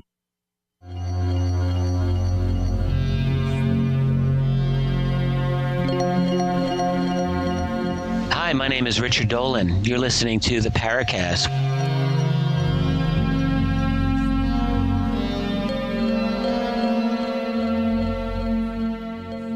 This is our final segment with Dr. Bruce Maccabee. He spent a lot of the last, say, third of the show detailing the various Gulf Breeze photos, Ed Walters, why he believes Ed Walters is accurate. Chris, we have tons and tons of questions we'll never get to. Are there any questions that you could put together from what Bruce has been talking about here about Gulf Breeze, too? Let me just quickly refer to some of the stuff that happened after Ed's initial sightings in 1987 and 88. There was all the Bubba sightings, and Ed had a few sightings among those, but that involved a lot of people. 170 Bubba sightings logged by the Newfoundland investigators, with numbers of witnesses ranging from 3 or 4 all the way up to 100, including cops and stuff like that. For a period of time, Gulf Breeze was the UFO center of the world, and literally news people from all over the world came to break this, to figure this stuff out, and they would have a sighting and they would be freaked out themselves. But as individual sightings of craft, he had a very famous sighting of an object that was up in the sky hovering when F-15s came along and flew around it. He has a photo of what I call a water spout photo, where an object came and hovered over the Santa Rosa Sound while he was in his office looking out the window. He saw this thing come down, and then he saw what looked like a stream of water come up from below and touch the bottom of the craft. His impression was that this thing was sucking up water. You know what? I understand this. We can go on for 12 other shows, but we're really getting close to the end of this episode. I've got one question, and I've always thought that possibly the close proximity of one of our most important naval air stations somehow factors into this. Have the investigators that have looked into this case ever looked at the possibility that some of this stuff could have been psychological weapons operations, some sort of psychotronic platforms that were being trotted out and flown around? And my other question would be, how come Ed Walters got all these pictures and we have so few other pictures? Well, there were other pictures, which were not as detailed, but not as many. One problem was a series of photos that came out in December of 1987, at the same time of Ed's first pictures. There were two sets of photos that came out, but the people wished to remain anonymous, so you have the problem of nobody to talk to. Anyway, you can always ask, why did Ed get all this stuff and nobody else did? Part of it was initially he kept getting his hum in his head that would alert him that there's something being nearby, and he would grab his camera and get a photo. So he was being drawn to it, Bruce, is what you're saying. Hello? He was being drawn to these encounters. Boy, they were being drawn to him. Whatever, yeah. All right. Chris, you had another question? There's quite a number of questions here, Bruce. One thing that's come up over the years is people have questioned your involvement in the case and suggested that there possibly was some sort of conflict of interest. Were you involved in the actual pre-negotiations with the Gulf Breeze book, and did you receive part of the advance? I've heard fantastic numbers tossed around. Love to get this nailed down. Yeah, his book was, discussed in, 1988, late 88. It's been so long now, I can't remember the exact timing. I was not involved in any of the negotiations. Ed paid me, essentially, to write the last chapter of the book, and anybody can go and read what I wrote. I was just as dubious about the whole thing to begin with as everybody else. But like I said, when I got these stereo photos on May 1, I figured, this is true. Well, I've heard some pretty fantastic five-figure numbers tossed around about how much were you paid. Have you officially ever acknowledged? I was paid $18,000. Wow. Man, I wish I could get an advance like that to write a check. I didn't know I was going to get anything until sometime late in 88, 89, I can't remember. Long after the sightings were over. So you got paid after you wrote that chapter then? Yeah. Was this a piece of the pie, the total royalties that he got, or what? It was a piece of what he got, yeah. Okay. So if the book had not been a bestseller, you would have gotten a lot less? I got a fixed amount, I think it was. Okay. And so if the book was a super bestseller, it didn't make any difference. I got a certain amount, and that was it. Another thing the point is that I had completed my analysis way in May of 1988, long before there was anything about a book. Chris? Another thing that's always intrigued me is, as you called it, the Type 1 object that's most famous out of Ed Walter's photographs. Have you ever seen examples of this type of craft prior to the Gulf Breeze sightings, or even since then, for that matter? So there have been things roughly comparable, but the most surprising thing to me was, as a result of Ed's first book, he got a lot of photographs from other people, including photographs from other countries, which showed it was obviously the same thing. And that's in UFOs Are Real, Here's the Proof, as a paperback. I guess it's still available on Amazon, although I don't know for sure. I haven't looked for a long time. Well, where does Gulf Breeze fit in as an important case? Do you feel that this is a really important case? Where does it figure in terms of ufological research? The fact that it occurred, and like I said, there were hundreds of other witnesses. It wasn't just Ed. So if you took Ed out, you could have yourself the Gulf Breeze flap without Ed. What did we learn from the Gulf Breeze case? Well, it took place. It shows that weird things can happen. Some people will notice and some people won't. Ed's own personal story involves he was apparently an abductee. He didn't want to even consider that. But on this May 1 event where he got 2 UFOs was the first time that he got evidence that something unusual, something strange was happening to him. He took the photo of the UFOs, and then he had a whiteout situation. He took the photo about midnight. 2 hours later, he wakes up, looks at his watch. He's lying on the beach. He was taken on a beach at Gulf Breeze, looking south over the Santa Rosa Sound, where he had his tripod set up to take the picture. He had heard a hum in his head, and he was ready to take pictures of it. And he finds himself on the beach, lying on the beach about 2 hours later, and he's missing a couple hours of time. He called me up the next day at about noon and described what happened. And he called one of the local, and he told me that he had these strange bumps on his head, one on his forehead, one on left and right temples, so that's 3 bumps, and one on the back of his head, that's 4 bumps on his head, lumps, or whatever you want to call them. He called up one of the local investigators and had him come and take pictures of this. We didn't know what that signified until months later, when Ed underwent hypnosis, and the story that came out under hypnosis was that he was acting as a teacher to small creatures. He said he's in a room, he's sitting on a table. They put this special bracket or hat over his head that's got 4 contact points on his head, and then they bring in, these are aliens presumably, bring into this room several small versions of the creatures. This is a fascinating tale itself, Vaz abduction, but we're out of time, so I can't persist with it. Bruce Maccabee, tell our listeners where they can find more of your material.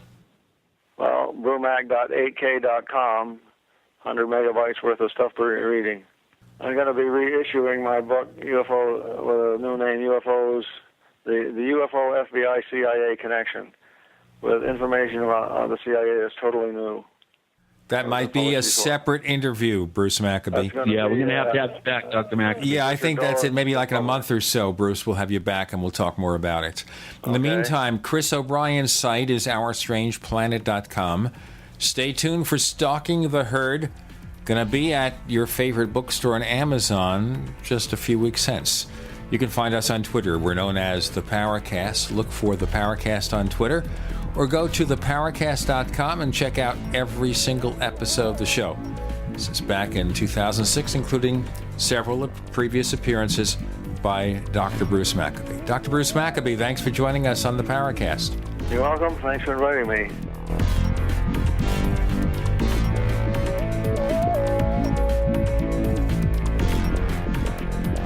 The Paracast, featuring Gene Steinberg and Christopher O'Brien, is a copyrighted presentation of Making the Impossible, Incorporated.